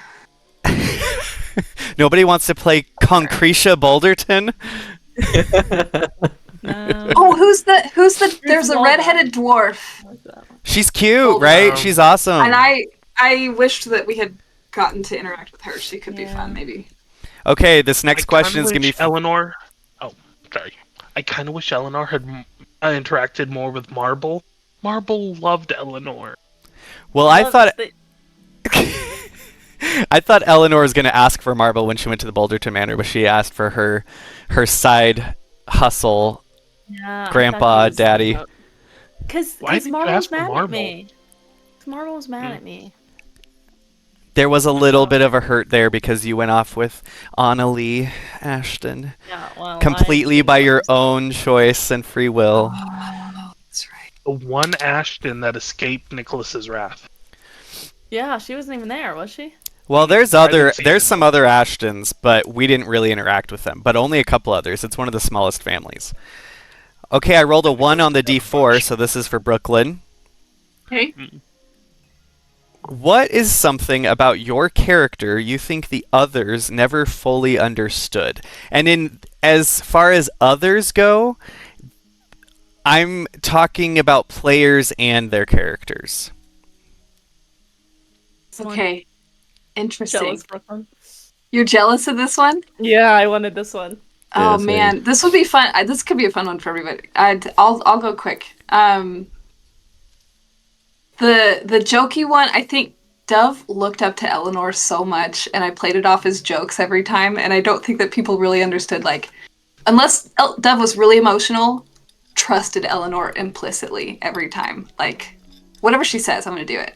This is great. Eleanor's, I'm gonna vote her for president. Like, love her. And then I think just a lot of it is just, like, coming from a different background. It was tough to, like, show these rich kids how different it could be, you know.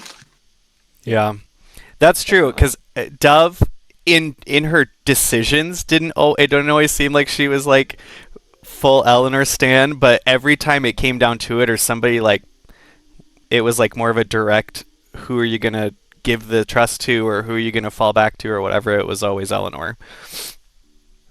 I think Eleanor would And have I- liked to see that in I think in action. I know. I feel because there's so much that Dev was very like anxiety driven, and so she's never anxious about Eleanor. Like Eleanor's fine. Eleanor's gonna be fine because she's perfect. you Also, know? I think She doesn't need taken Brooklyn's care of. anxiety came in with Eleanor never needing help in the very beginning, and so Brooklyn was just like, I don't want to bug her. I'll just do other things. Eleanor's so Anxious? cool. Never. Would never be that. I'm not anxious. I don't know what we're talking about. Okay, next category of questions. Hypotheticals and fun. This one, I would not be able to answer very quickly. I'm not good at coming up with songs on the spot or like whatever like y'all, but everyone can answer this one, and this doesn't have to be a very long one, but if your character had a theme song, what would it be? Brooklyn. Oh, me. I joked early on that it's Taylor Swift's "Who's Afraid of Little Old Me," and I think that's it. I think that's what it is. Yeah, that's fair. You're scary when you have to be. Yeah, and I'm little, and the whole like, I can't remember the lyrics. Doesn't matter, but yeah. Okay, M, your character's theme song. So Or I had a theme really song. hard- I had a really hard time because I always make character playlists. Like every D&D character I have has some of them extensive playlists, some of them several playlists.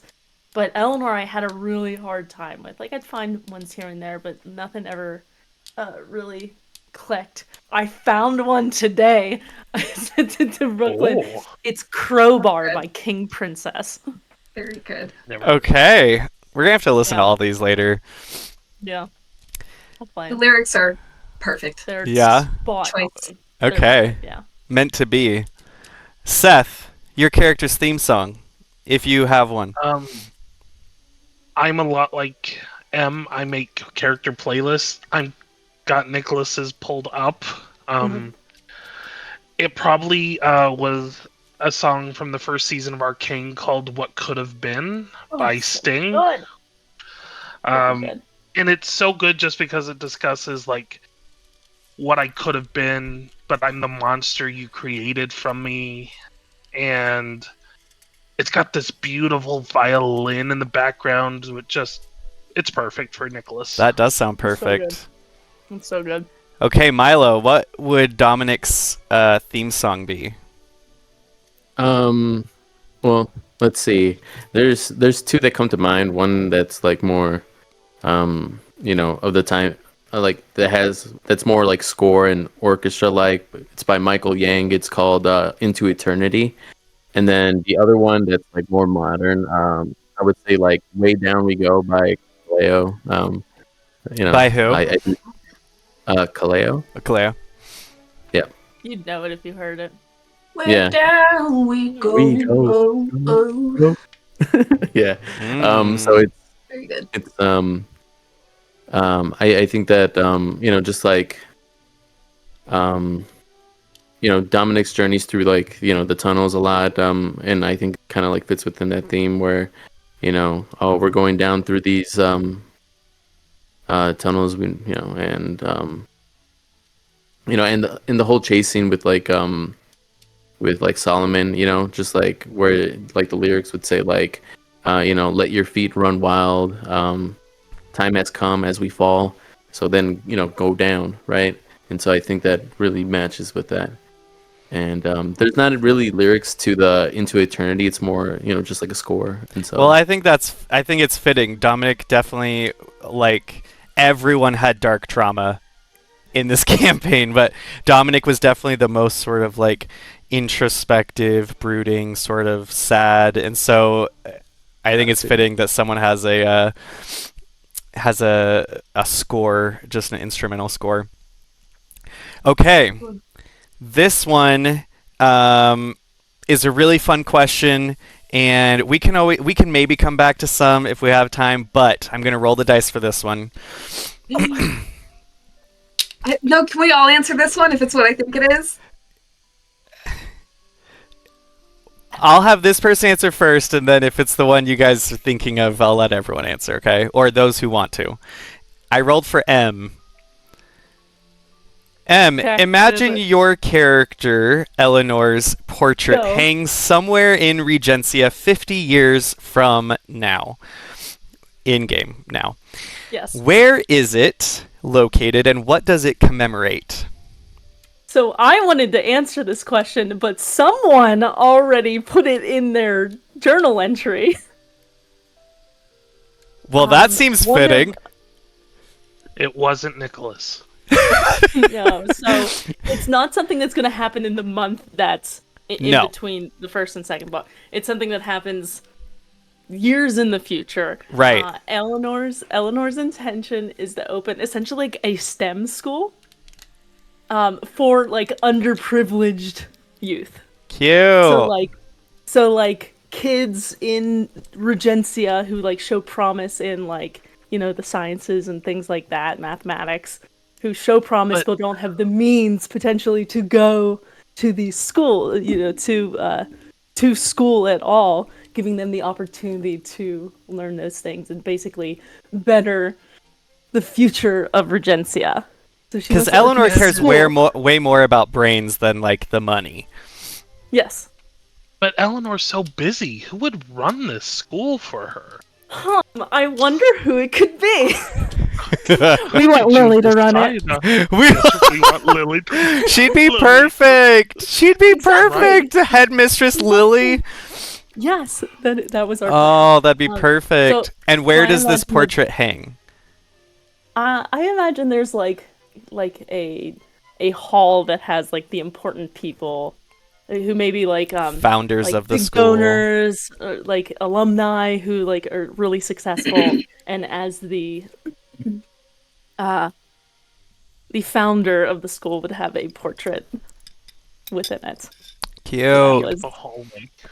I was really excited to tell that and was very sad When someone stole it. That didn't feel like a given away secret because we didn't know it was coming. So Yeah, so that would not happen within that month. It would be like Right. down the road. yeah, this would be a long-term project, hopefully institution that lasts for many, many years.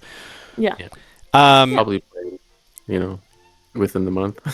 Okay. Definitely not within the month. Brooklyn, is this one that you were dying to share as well? I just have a funny answer. Okay, that's you can share this one, and then we'll have because Seth and Milo do the next group one or That's a next good single idea. one. I was like, Dove would hate her portrait being anywhere. Like she even coming into her power, like she would not, except for in Dominic's office where he has portraits of everyone else except for Dove. She would commission a huge portrait of herself. to So have life hung size. And sneak it in. No, up. Maybe a little bit bigger than life size. You'd put it in Yeah, the middle and you would- scoot everyone else's out of the way Yes. around it. It's like Yes. very poorly hung up. He would come in one day and there would be a giant portrait of Dove in there. Fantastic. That's it. What kind of a portrait of Dove would it be? Oh, she would commission. No. What did you say? What? Boudoir Boudoir? photo. Oh, Amazing. No, it would Of be. in like some red silks with like a giant boa and fan. Oh, I can't even. Dominic No, would no, have no. like curtains and stuff, and then he just like pulls down and just. Yeah, we'll say that. Sure, why not? I posted another of the family portraits on the handout screen. The one of the coming out ceremony when all the new Sterlings were presented to society as eligible single bachelors and bachelorettes to be dated and courted and wed. And we've got a few fun things because this was one of the first 3 or 4 portraits. And Dove has been made a lady's companion and is no longer a lady's maid, so she is dressed in finer clothes and has Honey the Bumblebee accompanying her. Dominic is looking down at Dove and has this sort of side-eye happening. Eleanor's got a fancy drink. And we've got Queen Anne Shadowbee, who was one of our guest stars, played by one of our guest stars from the campaign. We only had a few guest stars, but Queen Anne, we had a guest star come in to play Queen Anne, which was really fun. And one of M's friends, actually. I actually, Brooklyn, I sent the unfinished portrait that you sent me to her, and I was like, hey, do you have any suggestions? And she's like, a portrait of the queen, of course. Yeah, and I was like, her yeah, in there. I'll send that suggestion. Good. I want to say, real quick, as we're looking through these, Nicholas, you were the hardest to find Easter eggs for, because all of your powerful moments were like with your words, and so I feel bad that I was like, I will try to like maybe change his expression a little bit to show. You didn't want to do Nicholas like this. That should have been it. Yeah, just the sassiest look. I would rack my brains and be like, he just like throws down with his words. It's kind of fitting though, because this is what everyone sees Nicholas on the outside. They're like, there's that young Sterling boy who's the trophy heir teenager. I'm sorry, did you answer what Dove would be wearing in this giant, overly life-sized portrait? Really, she would get the most expensive painter and do like the most obnoxious, stuffy, like, you know, posed, like Sputnik type pose. And like a Nicole type pose. With a big frill. And... Yeah. I was going to say most obnoxious colors, so you're borrowing Maeve's outfits? Is that what this is? Yes. How dare you? How dare you sully my mother's good name? At all times. Okay, I murdered my mother. For these next two questions, it's a group answer. And then the next one will be a Milo and Seth answer, okay? Which noble house would you as the player, you as the real person, which noble house would you want to be in from our 10 noble houses? With House Sterling being an option and House Shadowby being an option, because they are part of that 10. We'll go around the circle, starting with Brooklyn. I mean, it's the Blumettes, obviously. Ooh, I think we know who her favorite family is. No, me. Just they're so happy and wonderful, and I did that one shot that one time with it. It was just really fun to just dive into their. I'm gonna go hang out with Brooklyn, those. you need to do a portrait with everyone's animal characters at the Blumettes. Why didn't I do that? I loved Fern. Fern was fantastic. Fern was great. Yes. I loved our animal. Not that I can just demand the professional artist can do free commissions, but give me money. Give me money and I'll do it. Here's a single Sterling. How's Sterling? Brooklyn's been working on a piece for Nicholas for like a long time, and I'm like, I want to ask how it's going, but I feel so bad and so pushy if I do. No. It's the worst. I know that exact feeling. Oh. Okay, so Blumettes. I'm sorry, Nick. It's okay. You just have really paid commissions and life that you have to try to make money doing stuff for. I mean, it's fine. Yeah, we get it. So my first thought was, am I next? Yep, you're next. Yes. Okay. I always just want to say the Blumette. It's like my knee-jerk reaction. I want to be part of the Sterlings because they have like so much like potential and like so many opportunities to like do other things. Like, instead of, like, kind of being stuck in your lane of, like, druid magic and, like, all that kind of stuff. I feel like there's a lot more opportunities to branch out because we don't have a specified, like, magic type or things like that. So. Okay. House Sterling is the most diverse potential... They are the only noble house that is not a noble house for their powers. Yeah. Yeah, you guys have the mining dynasty, the banking industry, sort of about to be a dynasty. Yeah. I feel like I would like mining too, so.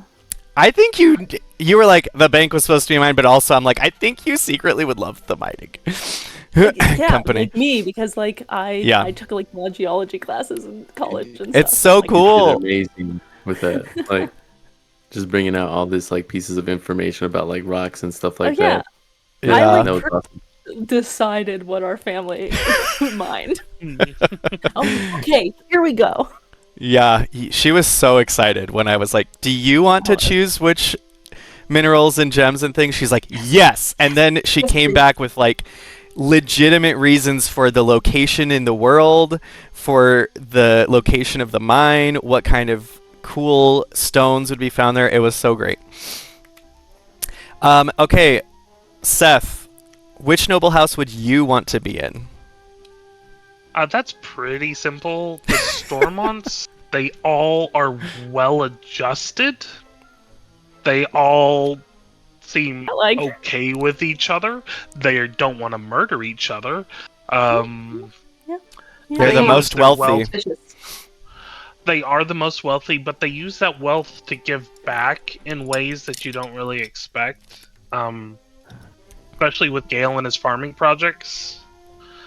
Which, if you think about it, is like a win-win. They pay him to keep the weather nice, and he uses that money to give them jobs, and it's just great. Yeah, Yes, it is. They're really great. Okay, Milo, which noble house would you want to be in? Ooh, And I should have posted the... Oh, do I not have it up here? I was going to say the sort of little collection of noble house seals, but I don't think I have it on here to post. So yes. I think I would say like either the Bruix or the Vein Forges. I think more leaning towards the Bruix, though. Just because like I always liked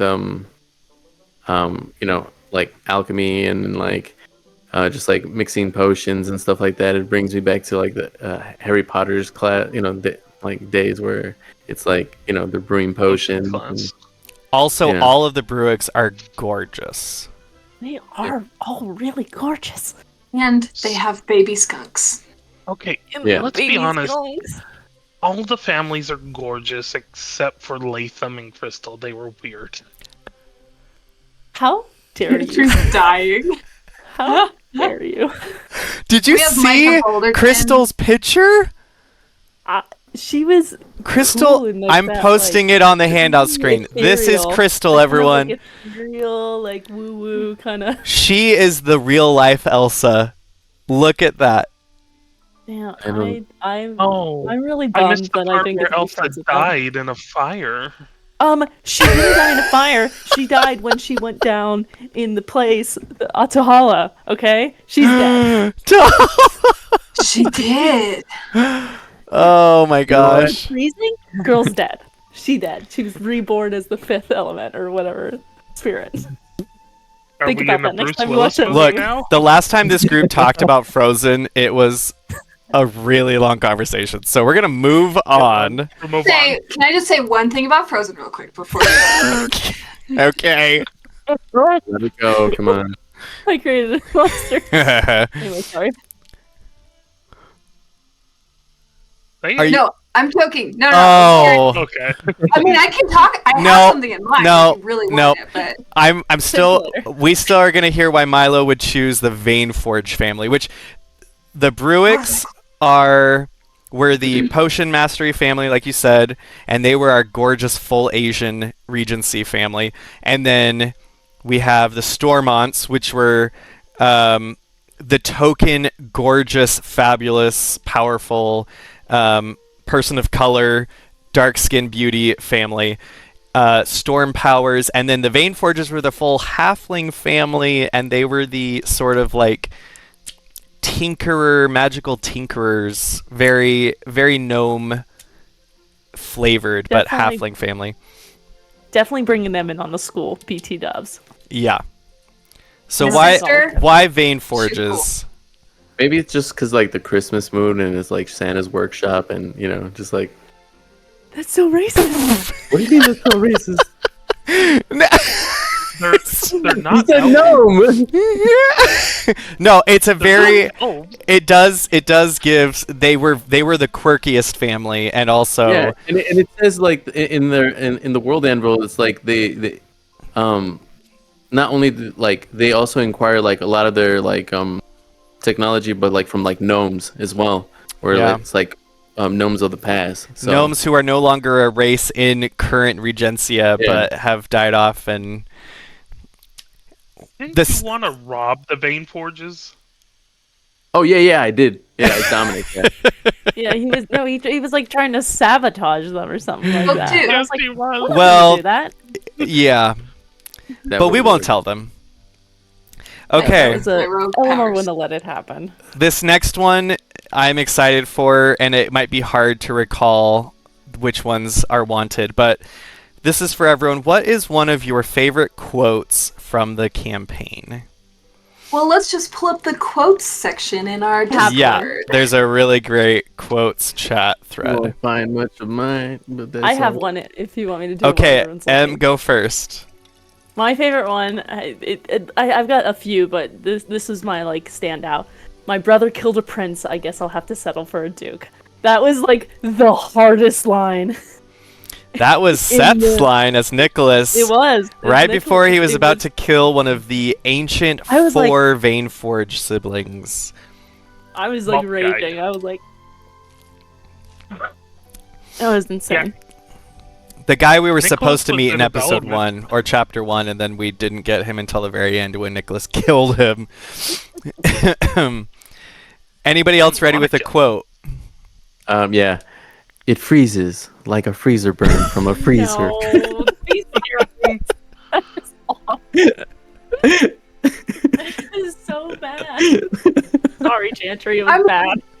And I should have written more Chantry quotes because you killed it so many times, and for some Thanks. reason I didn't write down the good stuff that you wrote. I think we're just I- focusing too much. I don't know who said that one, Milo, but that one sounds stupid. I don't know, Stupid I as think- heck. Very inspirational. I don't know, Yeah. another Chantry quote. Feel it. Hunky dory, swanky, sweaty. And Scrumply? And then Scrumptily was the best. that That was gonna be my like favorite quote. Hey, Yeah. the few people who might be watching this sometime on YouTube, if you want to play in one of my campaigns, this is what you can look forward to. Do you want to be Haven't- Scrumptily? Then join my campaign. Scrumptily. Comment, rate, Oh. subscribe. Someone in session 9 said Botox butt lick. I have no idea who it is. I That wrote was- that down. What? Do And you I know what have- that is? And Snooklier. I did the Botox butt lick. Yeah. I don't know who did. Context for that. God. Yeah, that's one of the like silly ones. I think And it then was. Scrumply. I think it was Oliver's chauffeur dude, Charles. Charles. Yeah, maybe. I think it was him. I mean, I'm saying him. It was me, but I think it was as Charles. And then Scrumply is as large as it can be. Scrumptily. Anyone else ready with a favorite quote that doesn't make Dominic's- me look terrible? I'm just kidding. Dominic's That was a pretty good Dominic's Toodaloo. Yeah. The Toodaloo thing that happened a few times. That was a great thread that came up. Toodaloo. Also, I don't know if you guys noticed, but on Brooklyn's Instagram post about the campaign, she put Toodaloo at the end, which was so funny. I missed it. Toodaloo.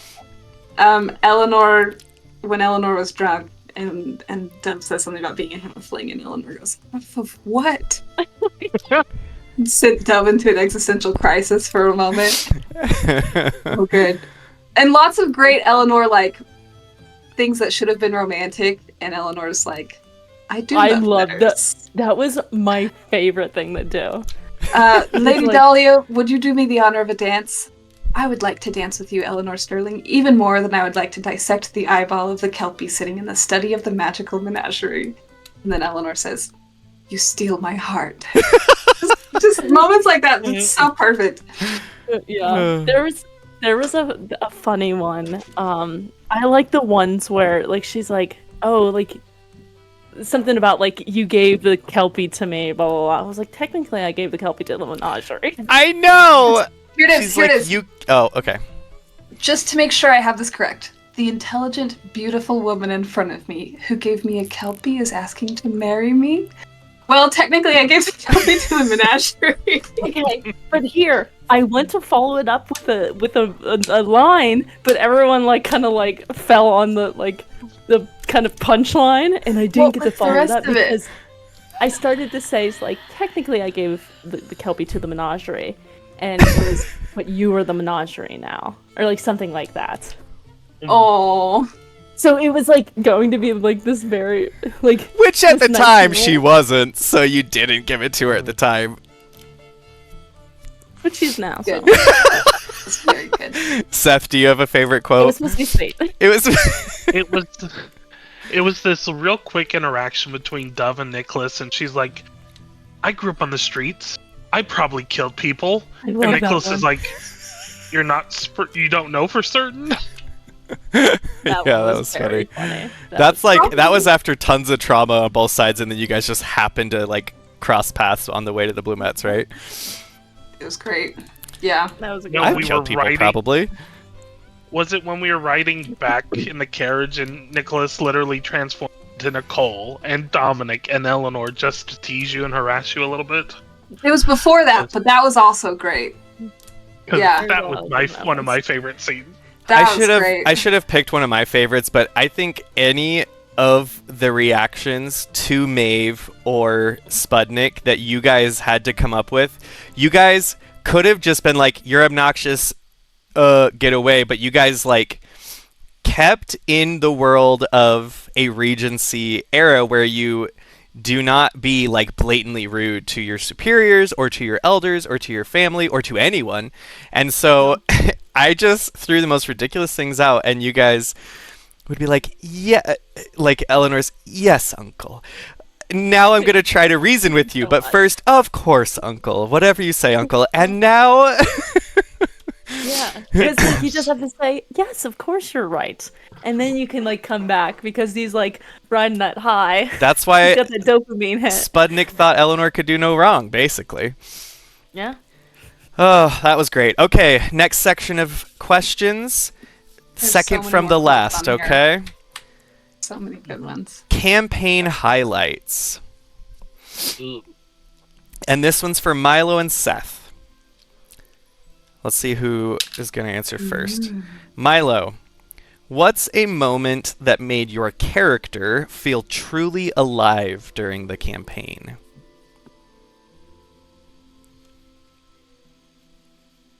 So I think it was that fight with Solomon. I think it's like, okay, Dominic's bad at a whole bunch of these things, but just showing his like true strengths and like where he has just showing like what he's good at was like really nice. And just being like the one to like kind of like save both Dove and then like also like Nicholas, which was really nice for him.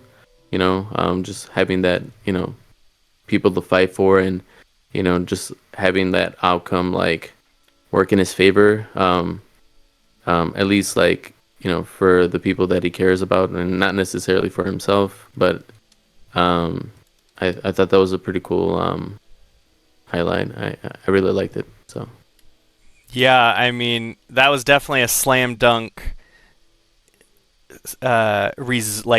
result of a character choice, but then also then getting arrested immediately would have been a lot of like introspective, like, okay, I did this and I don't regret it, and also now I'm arrested and I don't know how I'm going to get out of this.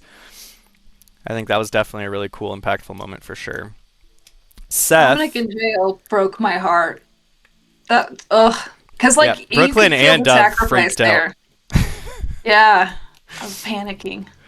she's Oh, like, dude. here's my plan. Also, I will scrap the whole plan if you guys don't do something now. I was Seth. like, no, we're not gonna do that. We're not going to do it now. Seth, what's a moment that made your character feel truly alive during the campaign? It happened in the last session when they were planning on what to do, and Spudnik got involved. And Nicholas was like, "I will not be told to sit down one more time. I will not be told that my opinion does not matter. You are going to listen to me, and you are going to shut up while I talk." And he's like, "I am going to save your golden boy, and I'm going to return him to your arms so I can leave this family and go somewhere where I'm actually listened to." And just standing up to that voice that had always been, "Go sit down, Nicholas. You don't need to learn the bank, Nicholas. You're young. You're pretty. Go run along. Go play your little music." Silently felt with the really- broken violin. It felt very like for Nicholas to be like, "No, for once you will listen to me." Right after I make the comment, like, you don't speak that way to your elders. So that's like, Good. but when I did, boom. But you You're also not have to my remember, real dad. Nicholas had been up for like 48 hours at that point, He and had it. had killed his mother, saved Emily, wanted to run away with Gale. Gale wouldn't go with him. It was just a roller coaster for Nicholas. Yeah. Oh, Bless you. bless you. Thanks. Okay, this next question is for M. That's me. M, what was That's your you. favorite moment from the campaign? There's too many. How am I supposed to pick one? What is one of your epically favorite moments from the campaign? It has to be the final scene with Eleanor and Dahlia. I think that's my favorite. I think it was my favorite scene. Sarah I also think was it's like, perfect. the ending scene with Eleanor Dahlia was so perfect. I think it was one of my favorite scenes. Like there was a bunch, but I think that was my favorite. Because I think it was perfect. Like I don't think like anything could have been added to it. I think it perfectly led into everything that happens afterwards. Yeah, it felt very Jane Austen while also feeling authentically part of this campaign that everyone's kind of helped create and the vibe of this world and stuff. So, It was really good. this next one has to be for Brooklyn because it just says Brooklyn did so much character art for us and the campaign this whole last year. Tell us about that. I drew it, and it's there. You did it well. What do you want me to tell you about? I don't know. It was. Well, I'm gonna was post re- another. What program do you use? Procreate, digital art, lots of copy and pasting, like little paper dolls, drawing new outfits on you guys' faces. Yeah, I do not I- understand how art works. I have something to admit, like confess. When you posted this one, Brooklyn, I was like, "Where the hell is Nicholas?" It took me like a whole minute to realize Nicholas Cole for this episode. I just put a new character. I'm sorry, the portrait on there. This is set in the chapel or the Cathedral of Baelon, the goddess that Dominic ends up serving, and her giant pyre that people drop roses and notes and things in to worship her. And Nicholas was, I almost said polymorph, disguised as his mother, Nicole, who's Brooklyn's favorite character for sure. Definitely, 100%. All she does is talk about Nicole. This is also the one where Eleanor's in a dress. Yeah. Yes. This you can tell that this is Nick is Nicole because there's little tiny sweat droplets on her forehead because she's nervous, and then there's a little bit of ice on the cane. You can see I was just a wondering tiny what bit. that I was just noticing the little sparkly I ice didn't- on the cane. Yeah. I didn't notice that. That's very good. I have an art question for Brooklyn. Yeah. What has been your favorite like piece that you have done Thank you. for, That's a good for the question. campaign? Gosh. Because I don't have on here the ones that she did of everyone's individual character. She did like individual portraits of everyone, which are so great. She did some fun, just extra character ones individually of everyone. Yeah. There's one behind Milo's head of That Dove was the first and one I Dominic did. fencing Yeah. and sparring in the Sterling Estate. That was the very first one I did. I love the Eleanor Dahlia kiss. Apparently, pianos Oh, are really the hard to masquerade? draw. The dip kiss, right? Yes. That was great. Pianos are What really hard to the- draw. I'm working on Nick asked I went to you, Seth, and was like, if you could have something of like Gale and a moment of Gale and Nicholas, what would it be? And you said the piano thing, and I was like, oh, I got that. That's such a cool moment because he's like feeling the piano, and it's just a sketch because pianos are really hard to draw. It is such a good sketch, though. It's such a good. I'd never seen it until you put that that thing. I did. Just because I think it's fun, and Brooklyn had mentioned the masquerade, the Dahlia Eleanor kiss. Mary, my wife, and I are going to a convention in August called Once Upon a Con, and we are going as Dahlia. No. Yeah. Stop. Yep. Oh my gosh, I got chills. Yep. You're gonna have to take so many Yep. pictures. So Yeah, we excited. will. I'm so stoked. That's so Yep. exciting. I don't know if I have a favorite. I don't know. I like all of them.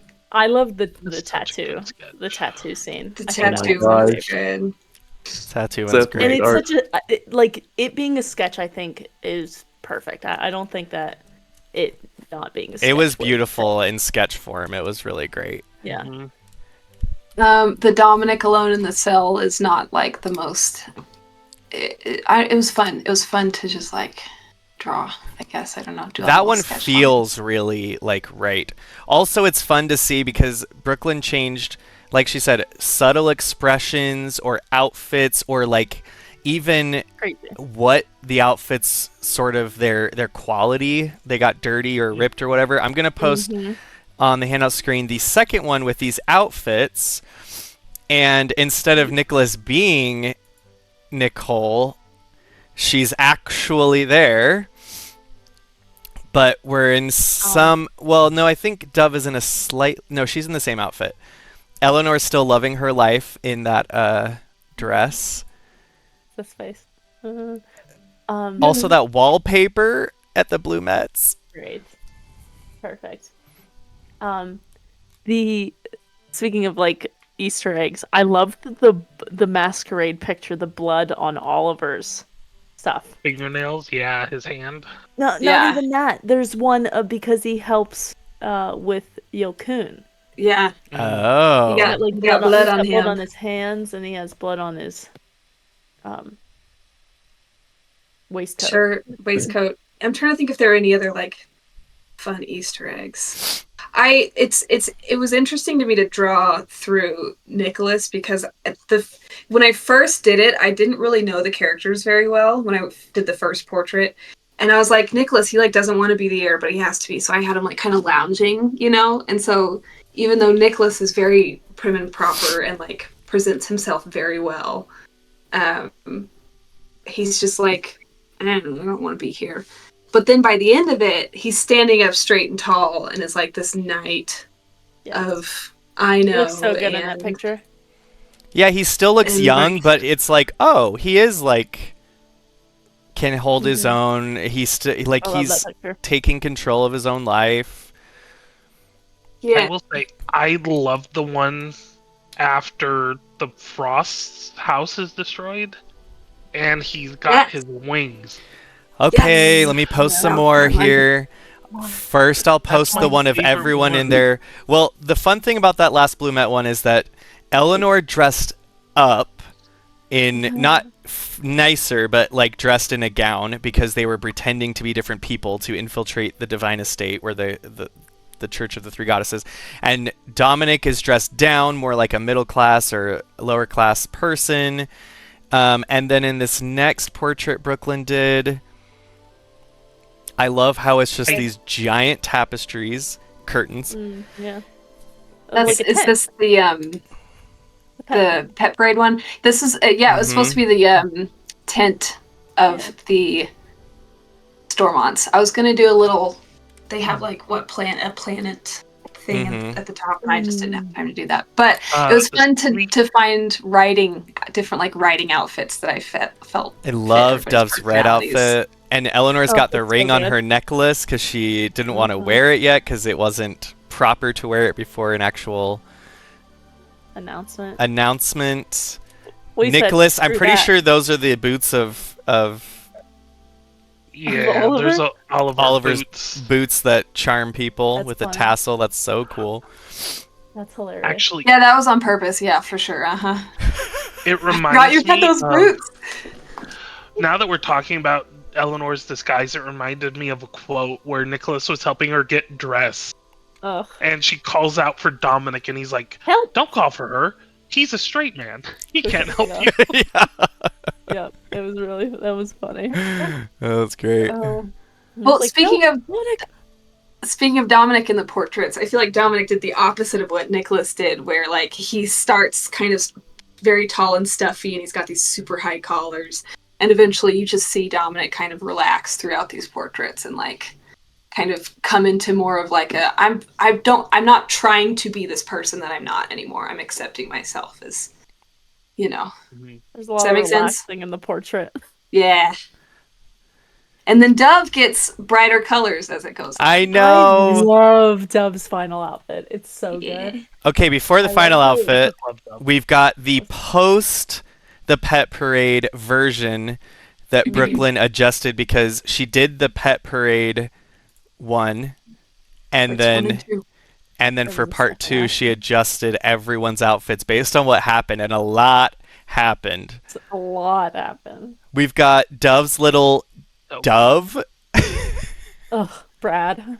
Brad the dove on her shoulder, and her torn up beautiful dress that got torn up because she I love fought that dress is so great. a shifted wereweasel I humanoid tore it up to tie Berg's wounds. and tie Berg's wounds. And Chantry like died when I said that. I'm like, I ripped the bottom of my dress, and you're like, It's not my fault you made her dress so beautiful. Dominic had killed Solomon, and so he's in chains because he was captured and arrested, but he's got that little lavender sprig, and the seat is purple, which it was purple in the last one, but it's like I think the only one where the seat's purple because, well, in the blue metastate ones it's like sort of a sage green, but all the So ones at the it's- Sterling House are red. it's purple because that's the Shadowby chair that Eleanor sat in while she talked to Philip, is what So that good. was meant to. And then amazing. Nicholas literally has wings blessed to him through magic and Aino. Chantry, and we just talked about me wanting Dominic to have wings, and then Nicholas beats me to the punch. Yeah, get it, Nick. Oh my god! When you pulled my out that God, fly spell, I was like, dang, get it! Like, No. Well, these aren't I had permanent wings. I had it, and then we started leaning towards Aino, and I was like, her symbol is wings. Why am I not using good. this spell more often? So great. Sorry, And it Milo. just happened to work out in that time. It was It's perfect. Hey, you Maybe- Mine's can a put high level tattoo. spell. It wouldn't have made sense. Maybe the Nicole It's a blood, third level spell. the Nicole, maybe the brothers under Nicole will have There's a thought that was going The to come Nicole out of it all. You Maybe just, she's part bird. you Maybe just she's love a werebird. Nicole. We just love That's Nicole. great. She's a werebird, and you guys inherited wings, and you guys both can have wings. She's a werebird. I don't know. I started talking What's before I going on? finished And then that. Eleanor's tattoos are the Eleanor's final tattoo. Right. thing in that. You can see some tattoos here, and Eleanor is now wearing the engagement ring. And then in the final picture, which I already showed, but I'm going to put it back on here for the closing questions, is some of our favorite and most beloved NPCs, along with Benjamin the Duck Ugh. and Goat. Brad the Dove. And So good. Dove never looking hotter than in this photo. Dove looks great. And the two swords from their goddesses, blessed by their goddesses, of the two brothers. More tattoos on Eleanor.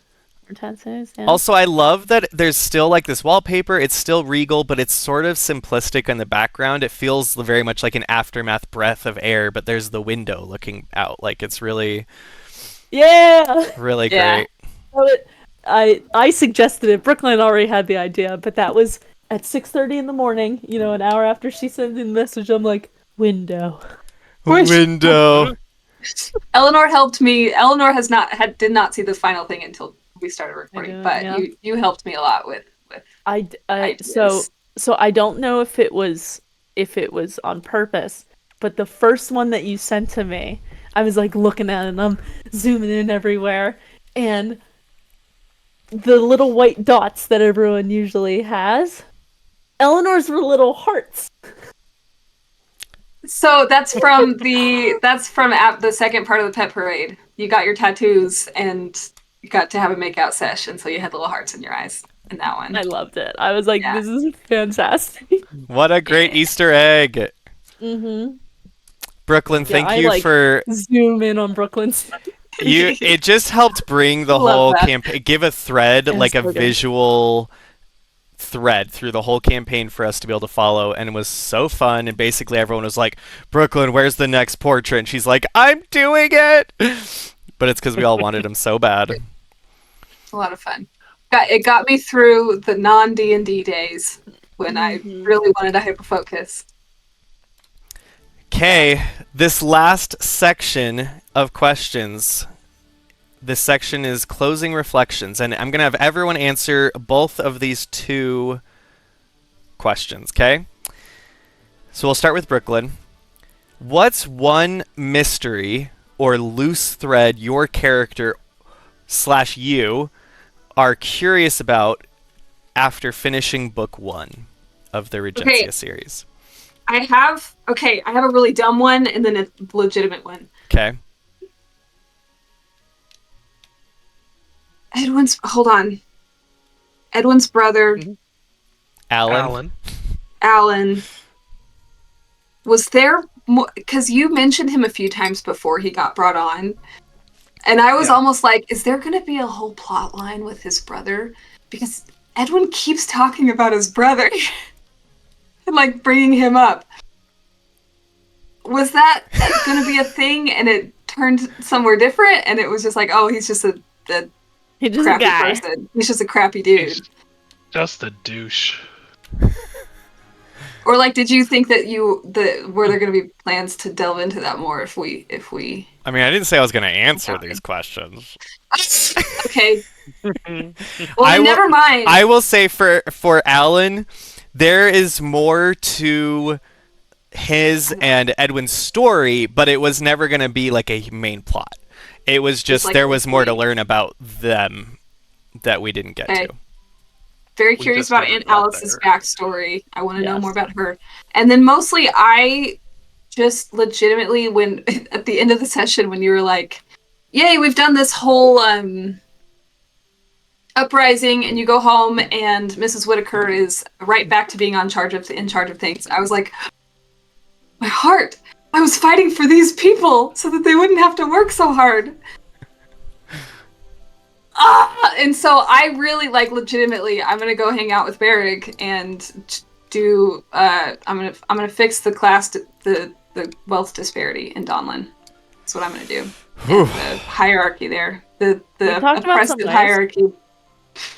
That's a beautiful dream. Okay, I think we came up with a good idea. The four. What of was us. the idea?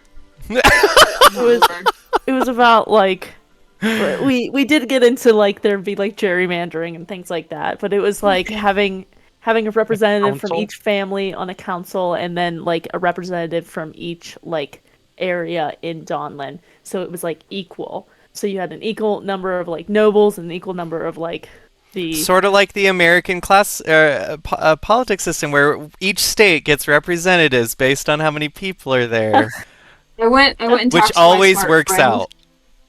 I went and talked to one of my smart friends, and I was like, hey, smart friend, you know a lot about history and stuff. What are some successful civil wars that have happened where people actually got better lives because of it? And she was like, I don't know if that exists. America, maybe? And I was like, no! Yeah, I mean, America. Look at where we are! I mean, an oligarchy. America's probably the best example. I mean, Yeah. breaking away from the Revolutionary War yeah. is what she was talking about there. Yeah. Okay. Figuring it out. M, what's one mystery or loose thread your character / you are curious about after book We all one? know. We all know what it is. I want to know what happened to Eleanor's father and brother. That's my main one. I want to know if there was something funky. Eleanor thinks something funky is going on, so that was one. I had another one. I want to like get into like the stuff that was happening at the mines and like, you know, can I my business venture with the Vein Forges and what was going on with the Bristle Breakers and all that. And then Brooklyn and I were talking earlier today about when we went to the Divine Estate and we talked to the woman who was like a priestess of Manel. And she'd like said something about like, hey, come back, I want to invite you. And I was like, I didn't remember it. She did. I was like, oh. That's because at the time Eleanor was like, thanks, not happening. We talked about that because you said that like each Sterling has their own goddess by the end of it, and I was like, yeah, because Eleanor got this invitation from Manel. Dove did too, but Dove, what did I say? Dove never does anything the way she's supposed to, so she found a secret fourth option for goddesses. Yeah. And then Yeah, that was it. I know has Nicholas, and then Balon has Dominic. So that was kind of fun. Yeah. That mostly it's her father and brother thing. Because I was trying throughout this first book and just it was sort of something still shrouded in secrets and mystery a little bit. Yeah. So I think that's her main one. Nicholas, Seth. Yeah. What's one mystery or loose thread your character / you are curious about after book one? There are two. I have to say the Bristle Breakers and what's going on with the mines, because Nicholas sat on that a little longer than he should have. Yeah, like he's like, I have information about that actually. What? I guess I should have brought that up earlier. Oh man, I think that was Oliver's last session. You brought that up. It was, and the second one is what Nicole did with Ruby's birth. The whole Pearl ritual. Yeah, sorry, Pearl. What she did with the ritual and definitely goddess. Well, the goddess of love, but at that point, maybe Solomon. Was Solomon the priest at that time, or was it the other guy still? He'd been pretty young. I don't know how old he is, to be honest. You should ask her. Well, oh wait, you stabbed. Oh wait, you killed her in the heart. Sure, I'll summon her, and we can ask her together. You will. You'll summon Nicole. Yeah. Kill her all over again. Kill her all over again. I forgot Balon's grief. I feel like. Oh yeah. I mean that was under Solomon, but I'm curious. I'm curious if there's more there. Sorry. Okay. Yeah, I'm also curious about that and why they took Nicholas's friend. Everyone. It felt weird. He was easy pickings. He really wasn't. Then he shouldn't have been, at least. I mean, he has like a lot. He has a high skill set, and I think that they were just looking for individuals like that. The punchy kind of. Also, the leader of the people that took him were interested in Nicholas and didn't want hot friends getting in the way. Maybe. And we all saw his art. He was a hot friend. He was, and I smooched him. Yes, you sure did. It was one kiss with tongue. The best like with a lot of lesbian moment though was like a week later, and was like, "What hot person?" And we're like, "The Nicholas's friend that you smooched." Oh yeah, that happened. Yeah, that did happen. Yeah. Oh, it's like, so you're making out with Fitz. It's like, no, we didn't make out. That was one kiss with tongue. That's one of my favorite quotes of my own. We didn't make out. One kiss with tongue. Okay, Milo, what's one mystery or loose thread your character / you are curious about after book one? I got so many. One or two. Yeah, I've said one for everyone. Everyone's like, well, here's my Carver. list. Yeah, definitely CM Carver for sure. And then wait, what's that? He still doesn't believe it. He's shaking his head no. We didn't figure it out. I mean, like There was a bunch of them. You guys theorized a lot. And then there was another one. I can't think of it's at the top of my head, but there's um, what was it? Like it was the The thing Solomon warned you about? no. I think that's gonna be I like mean, book 2. that would be something I want to hear. It's like a Which- given, I which feel like. thing? Yeah. Well, he was like, there's something darker lurking. yeah, Yeah. and it's like headed this way or something like that. Maybe he It meant was his like 8 o'clock in parents. the morning. I don't remember. It Oh, was, yeah, no, like, it was who was something, the- yeah. Who were the bastards of the other families? Because there was other families who had bastards. I'm sure there's tons. Yeah, so like Yeah. I'm sure there's Who's the lots of them. who's a Yeah. bastard? We could form a club. Chantry, when we're finished with book 2, can you just hand us your notes and we'll just comb through them? Yeah. What Yeah. if we want a book 3? Yeah, what if we want a book 3? Well, then hand me the notes. I'll comb through Didn't think we them. were doing a book I, three. I do plan I'll on having plan a player panel at the end of book 2. And there will maybe be more ability to answer things and give up some world secrets, because for a book 3 or for whatever for this world, I have some ideas, but they may not be right in line with the years that these characters are involved, which would be so sad. Yeah. But that just means there's lots of one-shots and things we could do that, like, or mini things that we could do with these characters in the future. But, okay, last question. Oh, Can we ask you our questions after this, or should we do it now? Do you have questions? I just have a what's couple. wrong with you? No, I'm kidding. Lots of stuff. Maybe finish with players and then go to DM. Yeah. Okay. What's something about this campaign you or your I'm sorry. Okay. What's something about this campaign or your character's journey that you are proud of? You, the player. Let's go backwards this time. Okay, Milo. Oh, thanks. Something I'm proud of.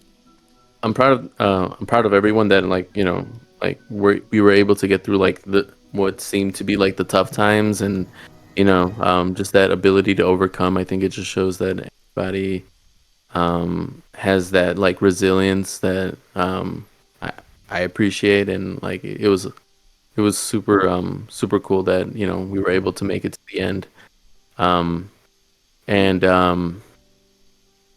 I think for the most part, I feel as though like I learned to just like learn to take a step back, and just like there were times where, you know, I wanted to, like, you know, chime, but I think there were a lot of moments where I felt like I learned to take a step back and just let things roll and play out, instead of having to change every single little detail about every little thing. And so I feel like I grew as like a player in that aspect. Which is hard to do as a D&D player. Yeah. This game is really difficult, and people that don't play D&D don't understand what a huge challenge group storytelling is. Yeah. For sure. And just dealing with time too, just like, you know, like we're not only on a time limit in the story, but also in you know, just like real life. So Yeah. you know, just everybody trying to like manage that. That was cool. Seth, what's something about this campaign or your character's journey that you're proud of?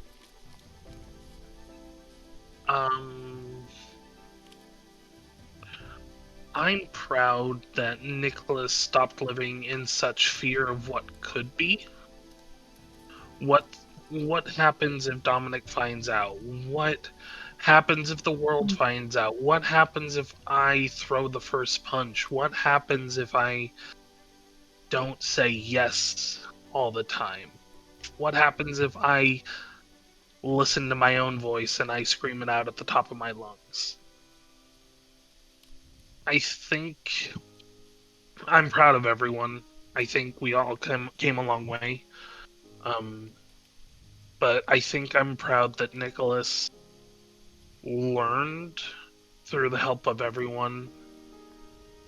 Dominic, Eleanor, and Dove, and even Gail, and Dahlia, to listen to what he wanted, listen to his voice, and realize that it's not always wrong to go against what other people expect from you. Yeah, that was definitely a big character arc and journey for Nicholas, for sure. M, what's something about this campaign or your character's journey that you're proud of? First off, I feel like I told a good story, like a good romantic story. Yeah. I want to say that, like, I very much enjoyed that. That was one of my, like, things that I wanted to do, because I'm like, I love, and like Bridgerton and Pride and Prejudice and all those different Regency era things. Like, it's like how like beautiful and sometimes simplistic the stories can be. It's like I wanted to do that, but I also think that Eleanor like stayed true to who she was. Yeah. Which I think sometimes the peer pressure that you can sometimes experience in groups can sometimes make you shy away from like staying unapologetically your character. So I like that I could do that, but I also think that like at the end of the day, Eleanor's one thing that I made this character to be was to do whatever and, possible to protect the family. I think, like, even if that meant doing things that were, like, the antithesis of the character. But still managed to make it make sense. Like, well, that bond, we talk about, like, D&D personality traits and bonds and flaws and things, and I think that bond, staying true to that, is being true to Eleanor, even if she made choices that Eleanor wouldn't usually make. It's because the bond was more important. But I do think that she was able to, like, through everything, start to put herself, maybe not above the family, but start putting herself first in situations, which I don't think that she was able to do to start. It was always like, what do I do for the family? How do I make the family better? Blah, blah, blah, blah. She never, like, was really focused on what's going to make me happy. So, well, I think even though Eleanor had some of the most opinions about things, like, the family can't do this, that would destroy us, I think Eleanor's the only one that didn't consider just running away at one point or another. It was like, hey, pillars of the family or the foundation may crash and burn, and we will sweep it under the rug in as healthy a way as we can manage while also not destroying the family at large. So yeah, and I do think you're right. I think every one of the other PC that thought at least discussed running away. Yeah. And that's like, Eleanor's like, I will go down with this ship. If I die in that castle, then hopefully it was for something and it was ordered to protect the family. If we had read the whole journal entry that's talked about in my journal entry. Well, if we did want to read the whole journal entry, where would we find that? Yeah. Where would we read it at? We can find it on the World Anvil. worldanvil.com under the Regencia world and the campaign that we have played, where you'll find all of the artwork and session recap notes that Brooklyn mostly wrote almost the whole campaign, and all the journal entries. There's a bunch of journal entries that all of these players sort of like wrote, some more than others, but it was not a required thing at all. It was just a fun flavor thing, and they were all so good. And so I am going to ask, if everyone's okay with it, to send me whatever your post journal entry is so that we can add that to the World Anvil. Yeah. campaign for people to look at and read if they want. You're already on there. Too late. Brooklyn, what's something about this campaign or your character's journey that you are proud of? Well, this was my first full campaign. This was my first time not just like dicking around with a bunch of bros battling random goblins and whatnot. And so first of all, I'm excited that number one, I got to finish a campaign. Number two, I got to like learn how to roleplay with you guys basically. I feel like a lot of Dove's growth was actually my growth. A lot of Dove kind of like feeling confident enough to like go up and talk to NPCs and like rich people NPCs and stuff like that was like me feeling confident that I could handle it. You know, Y'all don't know how stressed Brooklyn was the first month of the campaign about role-playing against all of you. She's like, they're all too good. I'm going to get kicked out. they all hate me. I remember the accent thing. Oh my gosh. Oh, we don't need to talk about it. I tried for one episode. I practiced for weeks. I tried to. Gave up immediately. I think you should. Chandler knows how much I practiced. I practiced, and then was like, nope, I'm abandoning it. Last minute. Done. Oh, man. Yeah. So I feel like I learned a lot, and I'm a lot more confident in myself in D&D now. And also, I feel like I'm generally I came into my own a little bit as Dove came into her own in my life, and so yeah, I don't know. That's what I'm proud of. That's For making great. it. You too. Heck yeah. Thanks, guys. And sorry. Don't say sorry. Yeah. I'm Sorry about fantastic. I'd like to give out little, what are they called when like work does like little awards, like everyone gets an award for something. Superlatives or something? Yeah, basically like like best smile, most likely to Yeah. succeed. yeah, I'd like to give out some group superlative awards if that's the right Oh gosh. thing. And some of these are not cop-outs at all, but a little bit of a cop-out of like just for the actual service rendered. First of all, Seth gets the award for breaking the DM the most. Good Yay!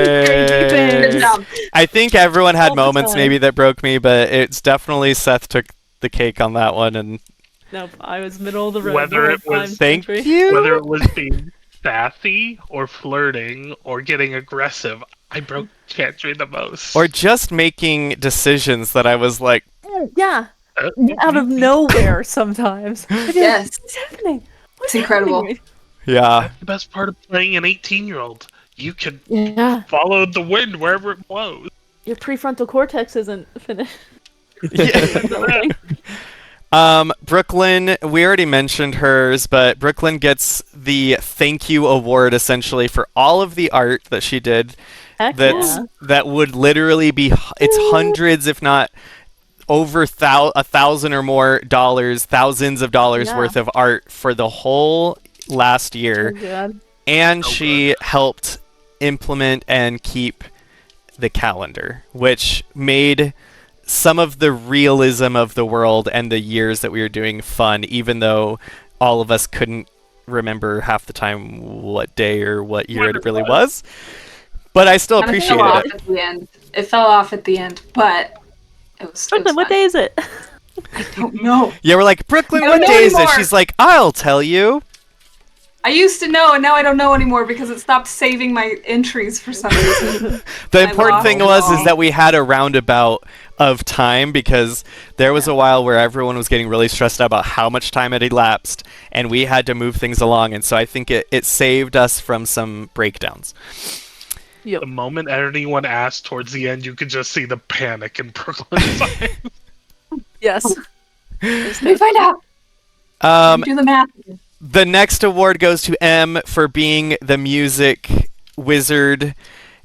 so appreciated you that. broke out. Wait, hold on. Say it again. Oh man, you cut out for me. Why is this always? Can you hear us now? Award Yeah, for I M can. being the Okay. music wizard, Okay, yeah. which It's a tough job. it sounds maybe like a cop out, but it's not. M, since episode like 5 or something, has been providing us with Regency-esque music, changing the playlists for different scenes and families Even and in the middle scenarios. of your own scene sometimes. Yeah. You'll be like working on it as you're talking.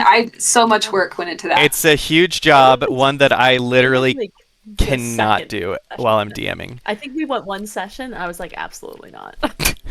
We tried to do it while you were gone, and no one figured it out. We spent a while trying to get it worked out. I got it stuck on one playlist, and we just had to like let that play out for the next 8 hours because it wouldn't do anything else for me. We had It's trouble sometimes with really permission. like I was having a hard time today because I don't notice music sometimes. Sometimes it's all that I hear, and other Yeah, times me I too. I like don't hear it at all. That's why like I can read a book in like a crowded space because like it's like the Selective hearing. hyperfixation brain. You But can like focus, yeah. there's so many times I'm like, oh shoot, the music's not playing. I'm like, oh.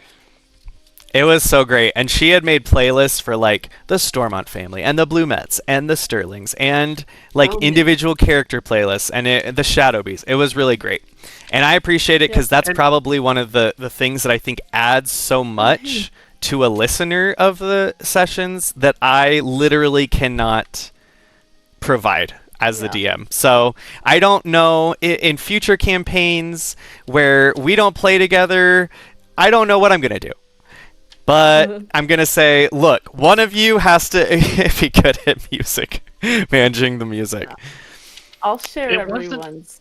It wasn't even Playlist. that, but like the player playlists had like Dove's had fiddle in it because she came from a commoner's background, and Yeah. Dominic's was I had- mostly cello, and Yeah, I had Nicholas's was specific the violin, instruments for and each Oliver's character. Just was so the piano. cute. It was That- just so Eleanor's much thought went into piano. it. That's right. Oliver's was whatever he left on the one that I sent him. He's like, no, take this one. I'll take this one. I was like, okay. Picky. my go-to was my solemn playlist. That one happened a lot. I used House Sterling a lot. The Blue Mets was probably the most played because it's the most perfect. It's such It's a good perfect playlist. Regency, happy. It's really, really good. And I think I used House Shadowby a lot and House Stormont because they were good, like kind of like dark, Mhm. kind of like Suspense. broody. Yeah. And then I had like general ones for like combat and spooky background and stuff like that. Also, sometimes some of us, I mean, definitely me, but also some other of us were just like, oh, we need this kind of music. And Emma was like, oh, I guess. I'll just, Okay. at your whim. I have to tell you this one because I was so proud of it, but in the moment it was way too quiet. And I didn't want to, you had to like bump the sound up like crazy. So I think it sounds silent in the recording. I haven't watched it. So when Dominic was having his trial and like the king was like talking, when they were like bringing, I had a like drum playing like dum Yes. dum dum, and then when it was then when the king was talking, like giving like his like decision, it was playing like the executioners Like from Pocahontas, the like death drums. I didn't I'll even tell you. realize that. I was probably just too into it, but It was, so and I- it would have. I remember that because like we were like, I should tell Chantry to turn it up, but it was so it was so in the moment and it was so perfect. It would have like spoiled everything if we said so something. if you turn yours up right now, Let's turn up the death drums so we can bring back the trauma. Yeah. This was Great. the most stressed out I think I was the whole campaign. So I had this playing like the whole time you were like explaining like Dominic getting there and all that. And then I'm glad I couldn't hear this. I would have gotten stressed. And then once the king started like giving his thing, this was playing. Ah! Yeah, I'm really glad I couldn't hear that.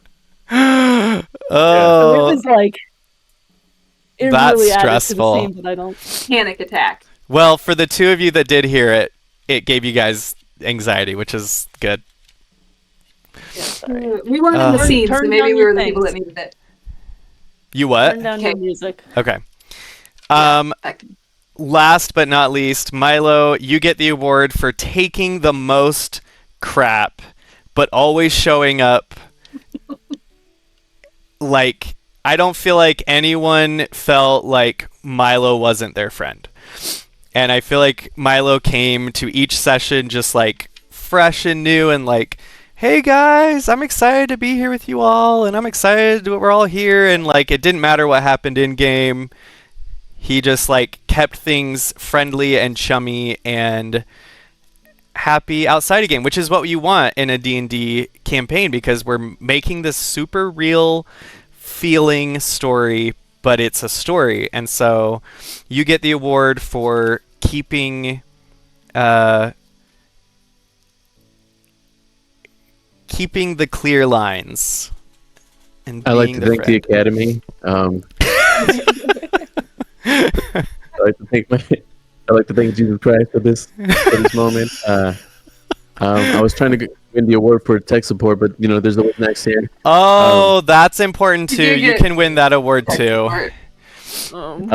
Also, But, yeah, you win the award for tech support, and M wins the award for not completely freaking out on me every time there was a tech problem, because I know inside she was like,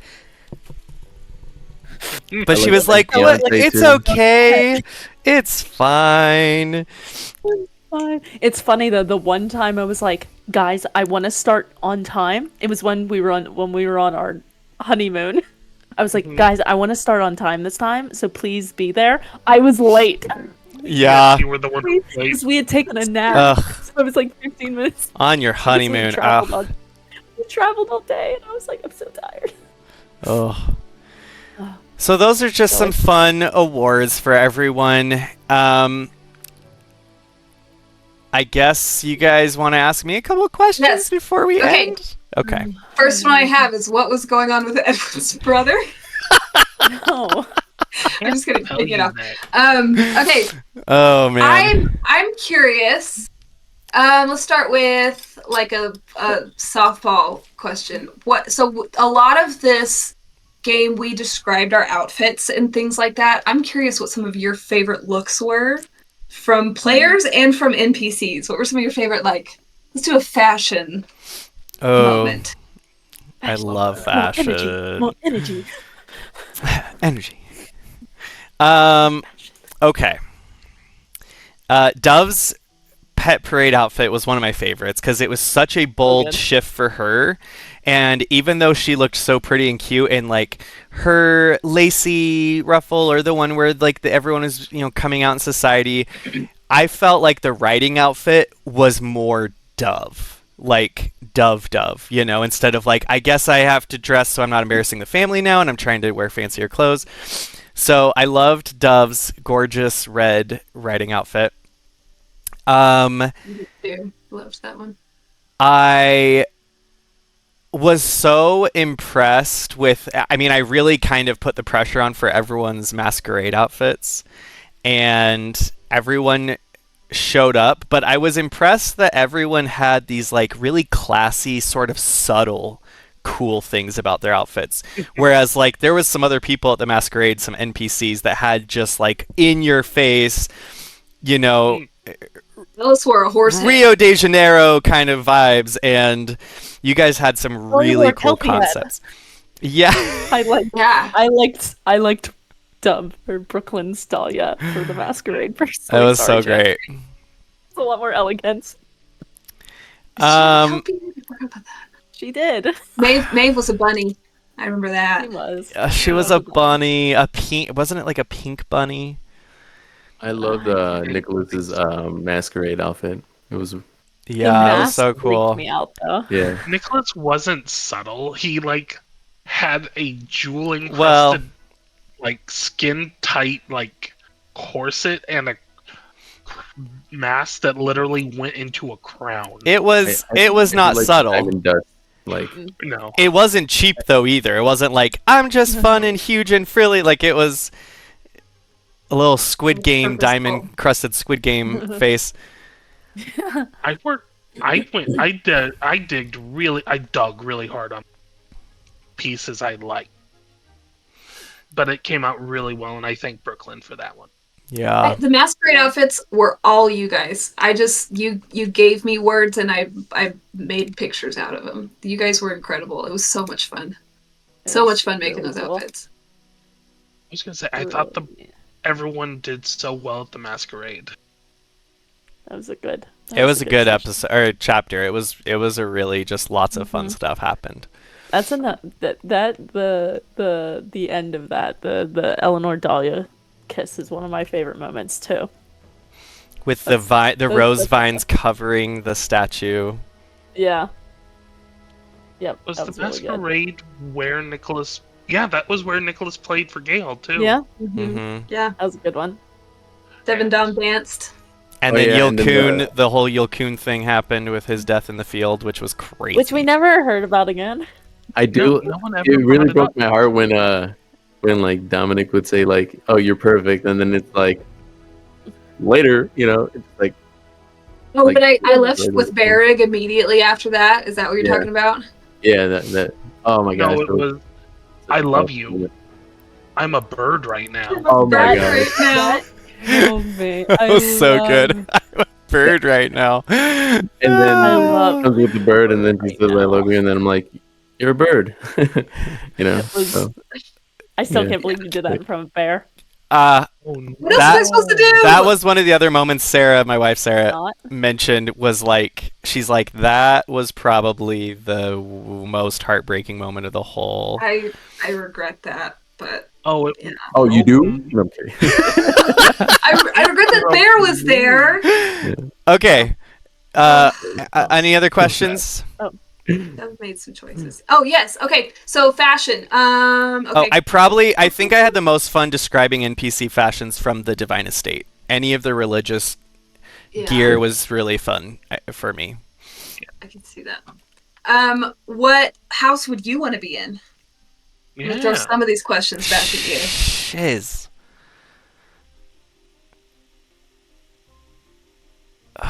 Just say it, Chantry. Just say it.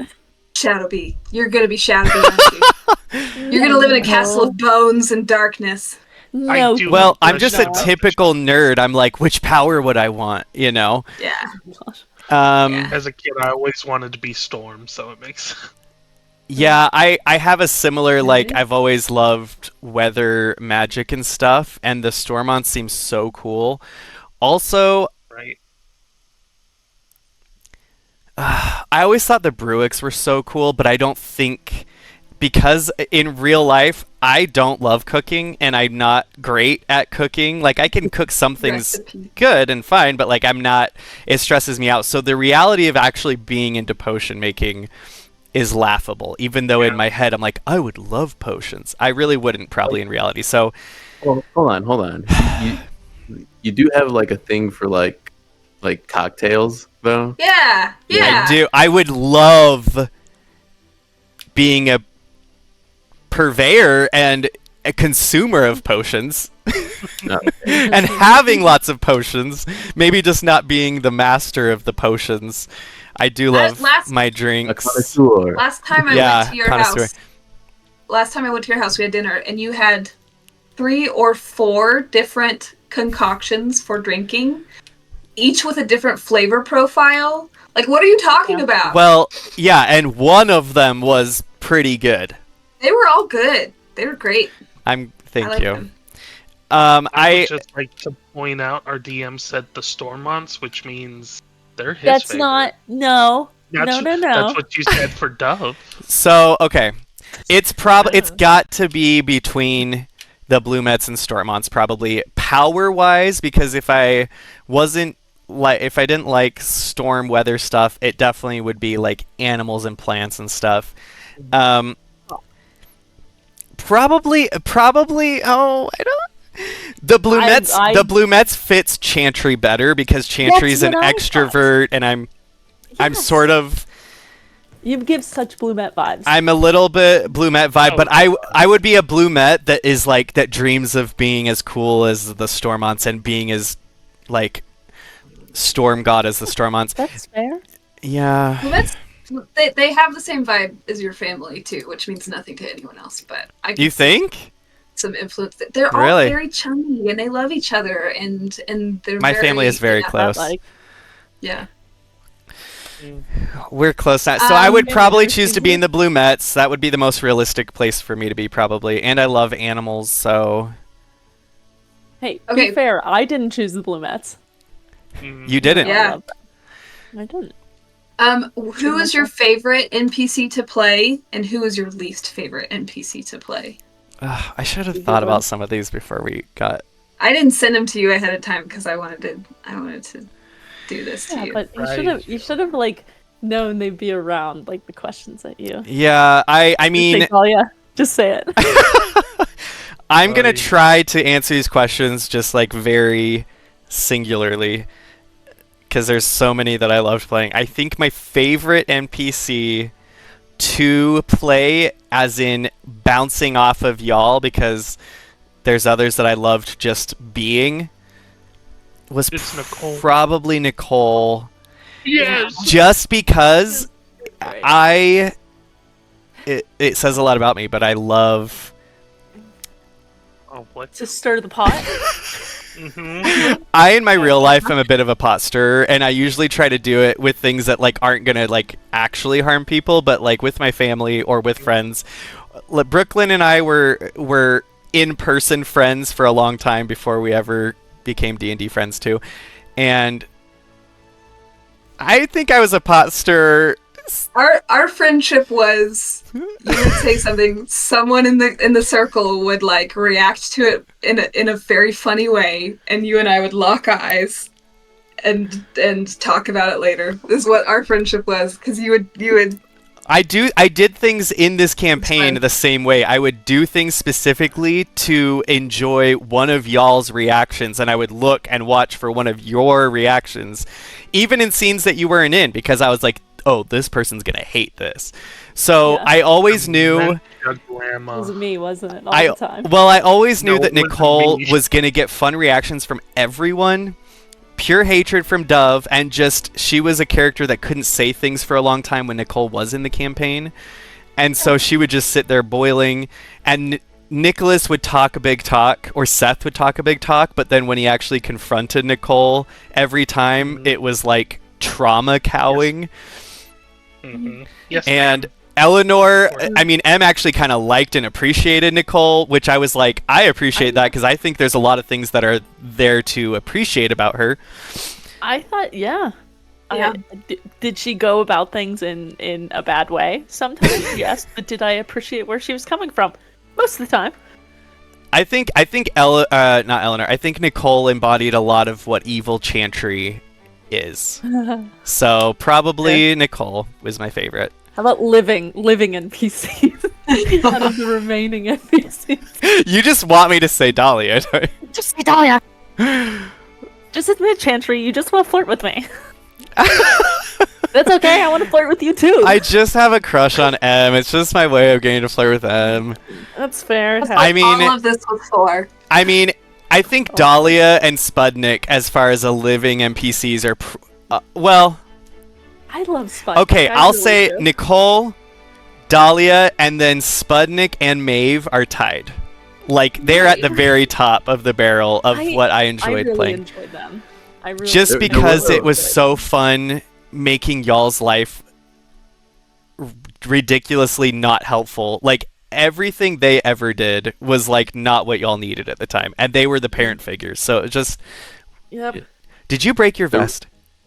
Yeah, I'm trying to take the buttons on. I keep pulling buttons on. Oh no. there was a point where Brooke said like, "Oh, you're behaving a lot like your dad when you get into like the Sputnik zone." Oh, my dad's a short-winded, depending on the subject, practical, very logical doctor man. So he's I definitely love your dad. he's One of my favorite definitely people. he can be really intimidating, and he can also be really like, well, I don't have the energy for this conversation because it's filled with a bunch of stuff that doesn't really matter, really. Fair. Yeah. Okay, 2 more questions. Okay. And we can, and then that's it. What was your favorite moment of the campaign, or like a big standout moment for you? Give a couple if you. And then the have next 3. question is, what are you most proud of with this campaign? If you want to have it ahead of time. Oh. Those are the last 2 questions. I'm really good at asking questions that I don't want to answer myself. Pretend I just did the same laugh. Yeah, you did. Wait, what was the first question? I already What blocked was it your from my mind because favorite- it's stressful. What was your favorite moment? What was a standout Oh. moment for you for the campaign? Moment.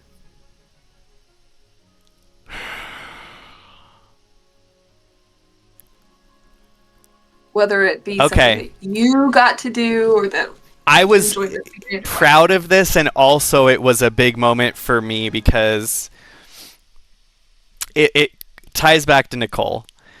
When Nicole came back, which everyone kind of was like, she's coming back. She has to come back. Yeah, If for she sure. doesn't, that's crazy, but she's going to come back.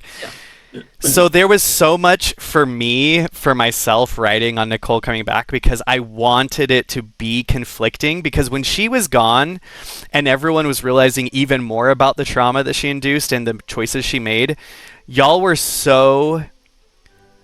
When we see her, she's going down. When we On see site. her, we're not giving... Like, you guys were so clear in how you felt.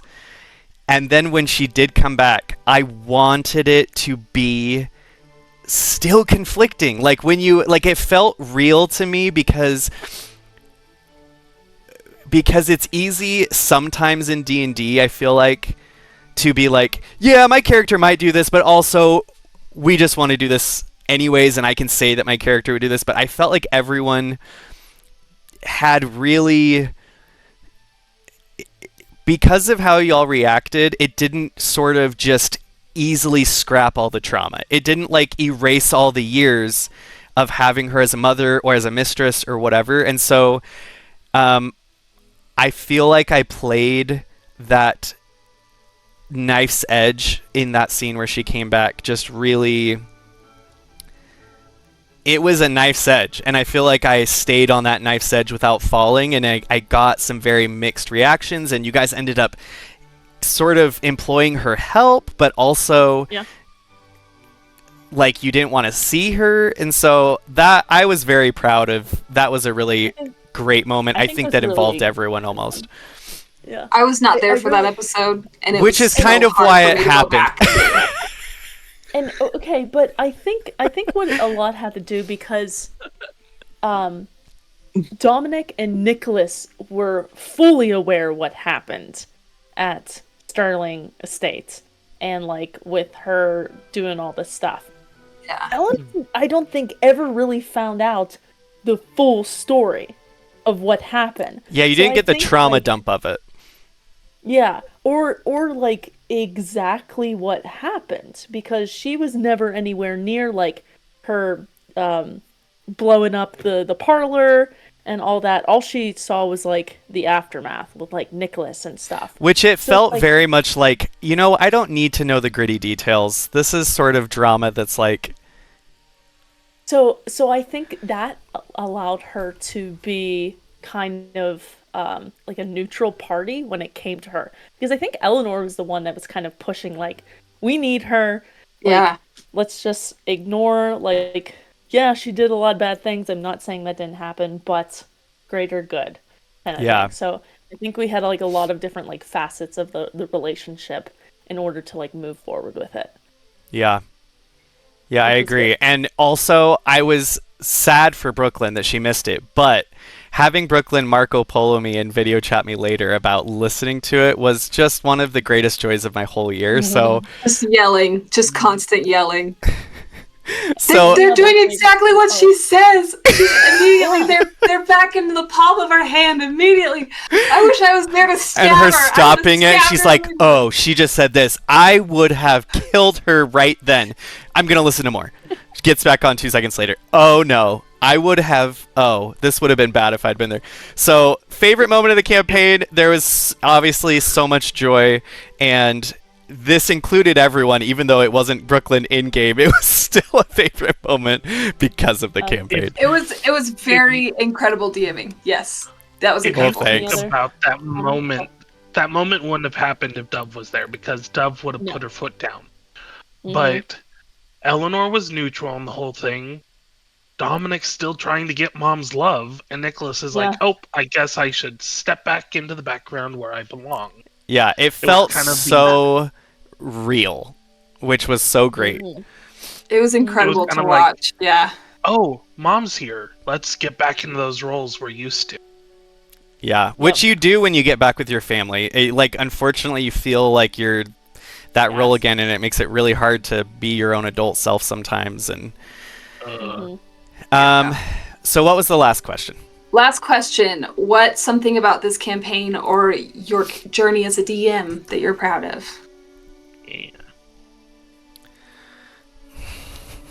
My tech skills. No, I'm just kidding. What? They've come a long way.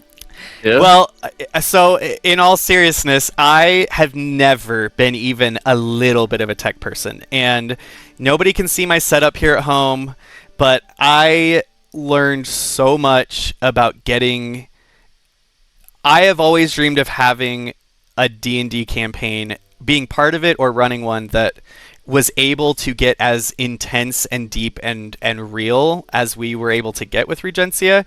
And so I did a lot of things to make that dream a reality, and I learned so much about editing programs and recording programs, and I got, through some of the help from some suggestions, I got better technological devices like headsets and a computer, and I've got multiple screens up, and always thought that was like rocket science, and just a lot of technicality things that made it possible, that I'm glad that I didn't give up because it all seemed like too much. This is my first ever fully online campaign ever, and my first experience with online D&D was when COVID happened and my in-person group had to go out to online, and I didn't have great reception, so we ended up just being voices only, and it was not great, and the group sort of died out. And I've enjoyed this, and I thought I would hate online D&D because I'm such an extrovert people person that I feed off of that energy, but I still can feed off of y'all's energy through the screens, which I was grateful for. We got a lot of it. You got a lot of energy? Yeah. Yeah, we got a lot of it. More passion, more energy. Yeah, and I think it's like one of those things also where it's like if everybody's like screens are turned off, I think it's like it removes that human element where it's like, you know, you're not just leaving like a blank screen, but you're also leaving like a group of people. So Yeah. I think there's that element, and you know, I think it's just like amazing how you were able to like bring everybody with like unique backgrounds, and you know, just like, you know, like really build like a community, you know. So, Thanks. so Well- I think that was pretty amazing. The only other thing I was going to say that I'm really proud of is sort of combining these different things that helped make it possible along with everyone else's efforts, is just like Brooklyn said, she kind of came into herself as a D&D player. I was like, I've got a lot of D&D experience. I've got a whole lifetime of acting experience and character voicing work and different things that I feel like make me someone that has some things to bring to a D&D experience, but didn't have the confidence that, you always think, well, I need to be this kind of person to be a professional DM or to run a group of strangers or to handle it or whatever. And I'm just really proud of myself and all of us for getting to the end of this campaign. We went through, because we set it up to be real and to be all in, we went through some kind of tough moments sometimes. Just figuring out a healthy group dynamic and making sure that it was a safe and like enjoyable place for all of us. And I think, and I hope everyone's in agreement, that we got there, and that that was no small feat at all. And I feel confident with this new year because, you guys know, and I'm going to be starting to charge for my games, so I feel like I can actually claim to be a professional DM or whatever. And I feel I love Regency Era. I love Pride and Prejudice. I love Jane Austen. I love all those things. I grew up with that thanks to my mom. And so being able to do a successful campaign in something that I was highly skeptical that there would be interest in, feels validating that like my interests are worth pursuing. Does that make sense? So thank you guys for wanting to do a Regency Jane Austen influenced campaign, because that's been really, really fun. There's been zero regrets I've had about doing a Regency style campaign. Less combat, more drama and love. That's all I want. That's all I want. That's all I want. Good combat. Really, do social really great. Combat. There's a lot of social combat. Good at social combat. Nicholas was good at combat. Yeah, I didn't build her to be good at combat. There was no reason for me.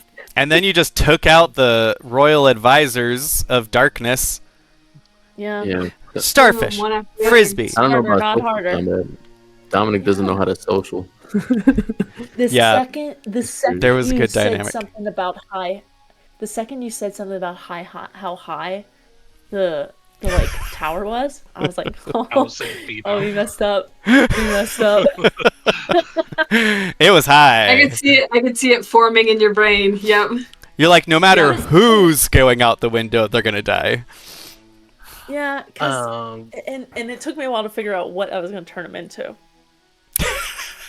Not like it really mattered, but It did, because I could have chosen like a lot of small things, but all those things were like quick moving. It'd be me trying to like scramble after a rat Yeah. or anything. I just need something because that- I would have jumped on that loophole. Mhm. Yeah. Yeah. Seahorse and starfish. Incredible. You're like, I pick it up and hurl it out the window, and I was like, well, yeah, you do. You really, really do. The island, I on the We- coast. Yeah.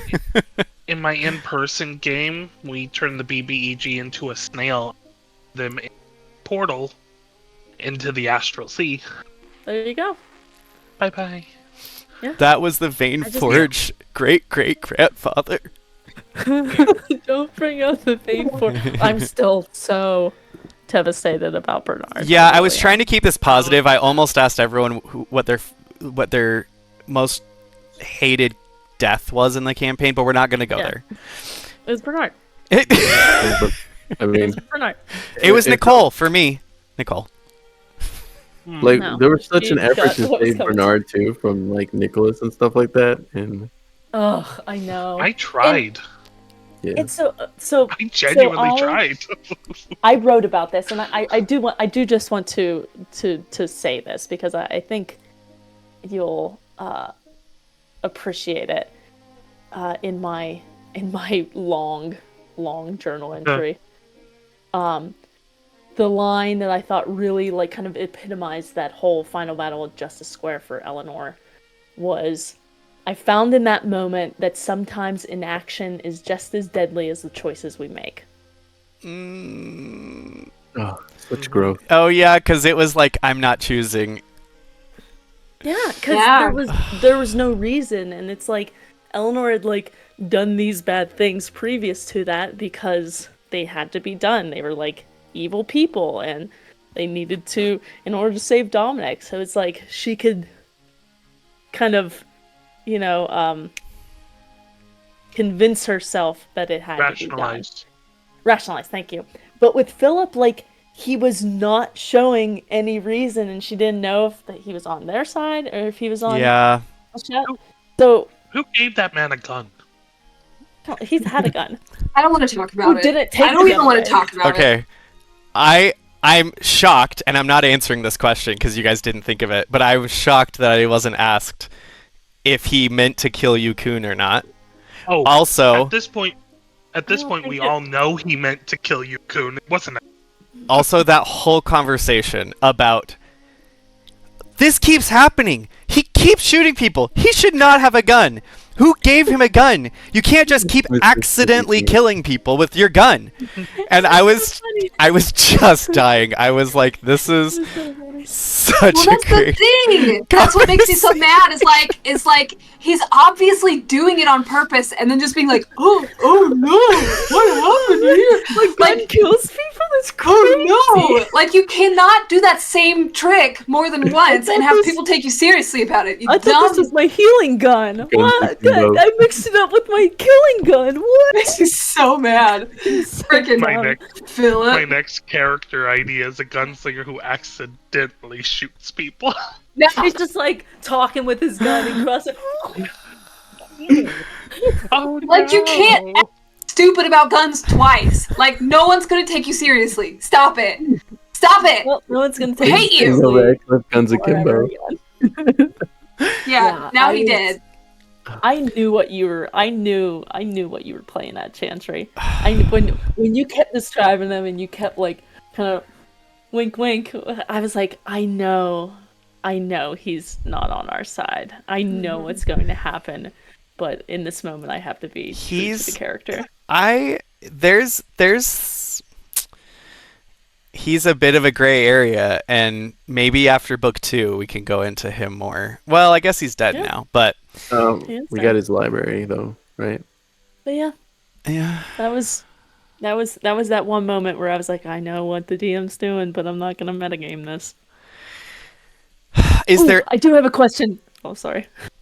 I was gonna say, is there any final comments, quick comments before I finish off the official panel? We can keep talking, but I'm going to end the recording of the panel. This one's just, you can either answer or not. I just a peek behind the screen.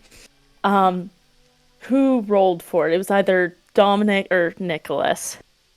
For essentially who was getting messed up in Nicholas's ice ball on Ivan. Me. Okay, you rolled it, and it was roll a d4, and it was evens odds. And he rolled a 2. Who was 1? For which ice ball? The one that hurt Lily. So he rolled and it was Lily. Who was it?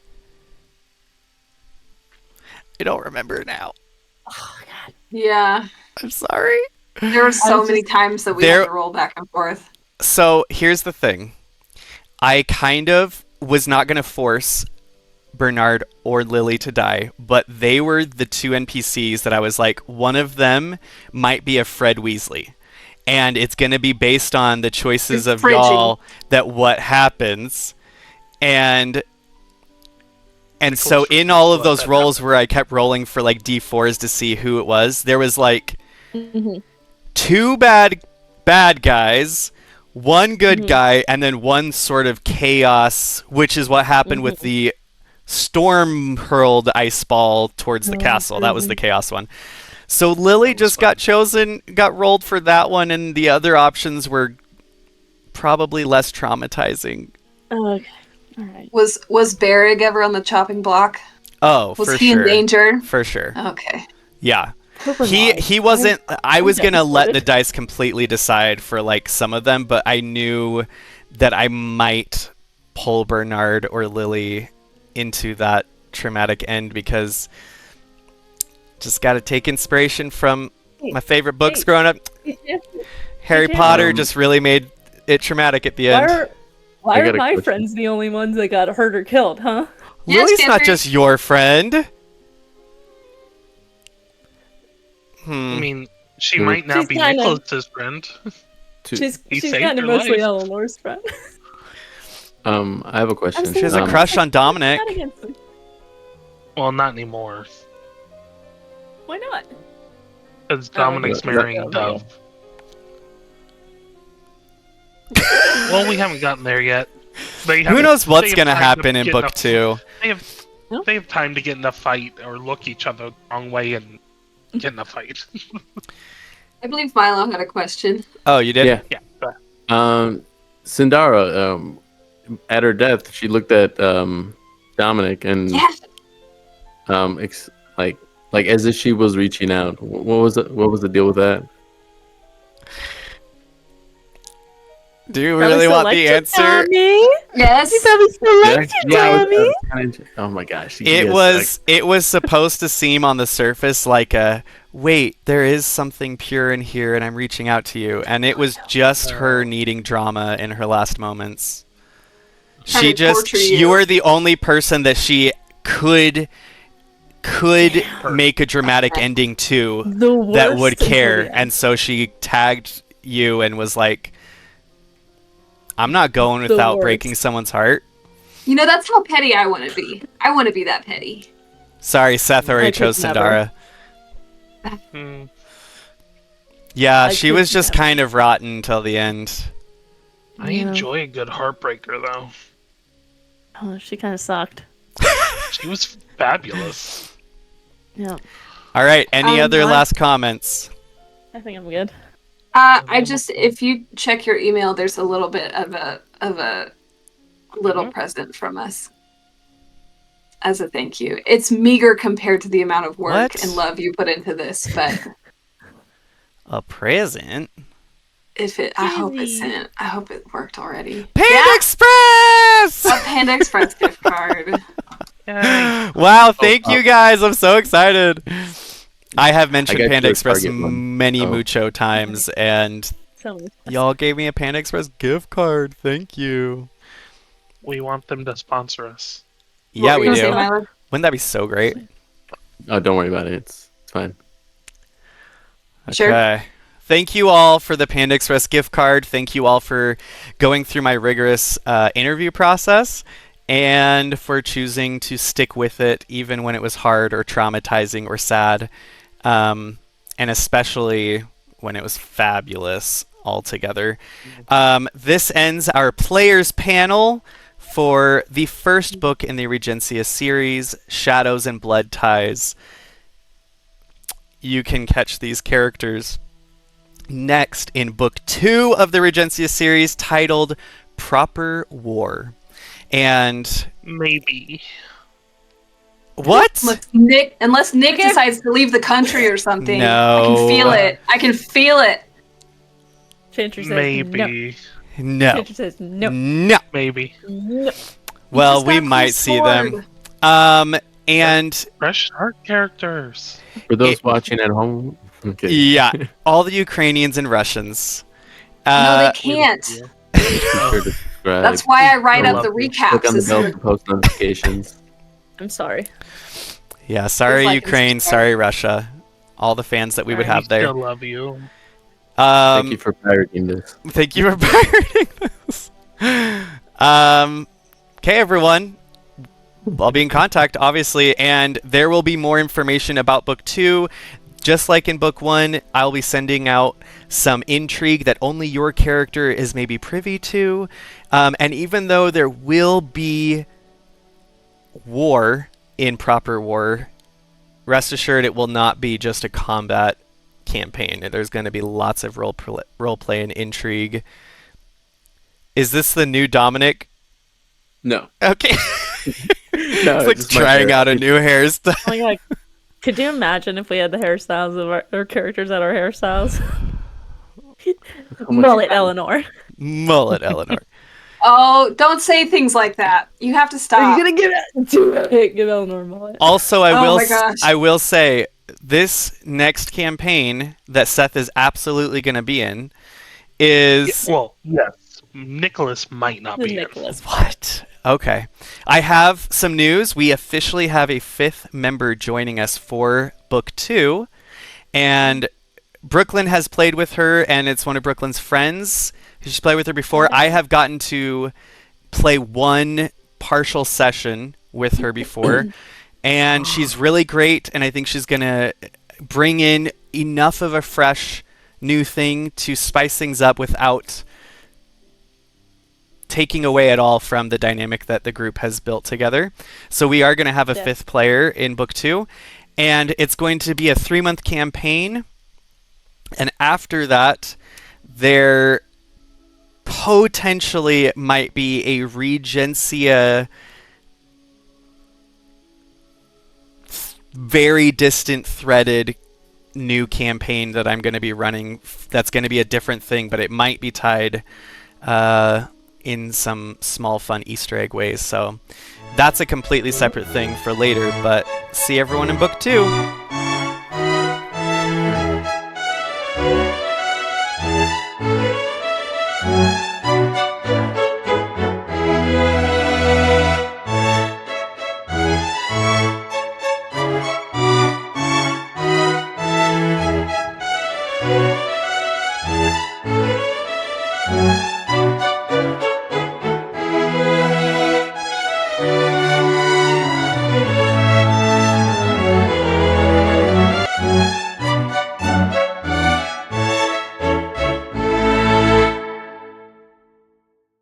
Well, I did ask you to do a recap in general, just for like posterity's sake for the World Anvil. So if you don't have one, that's fine.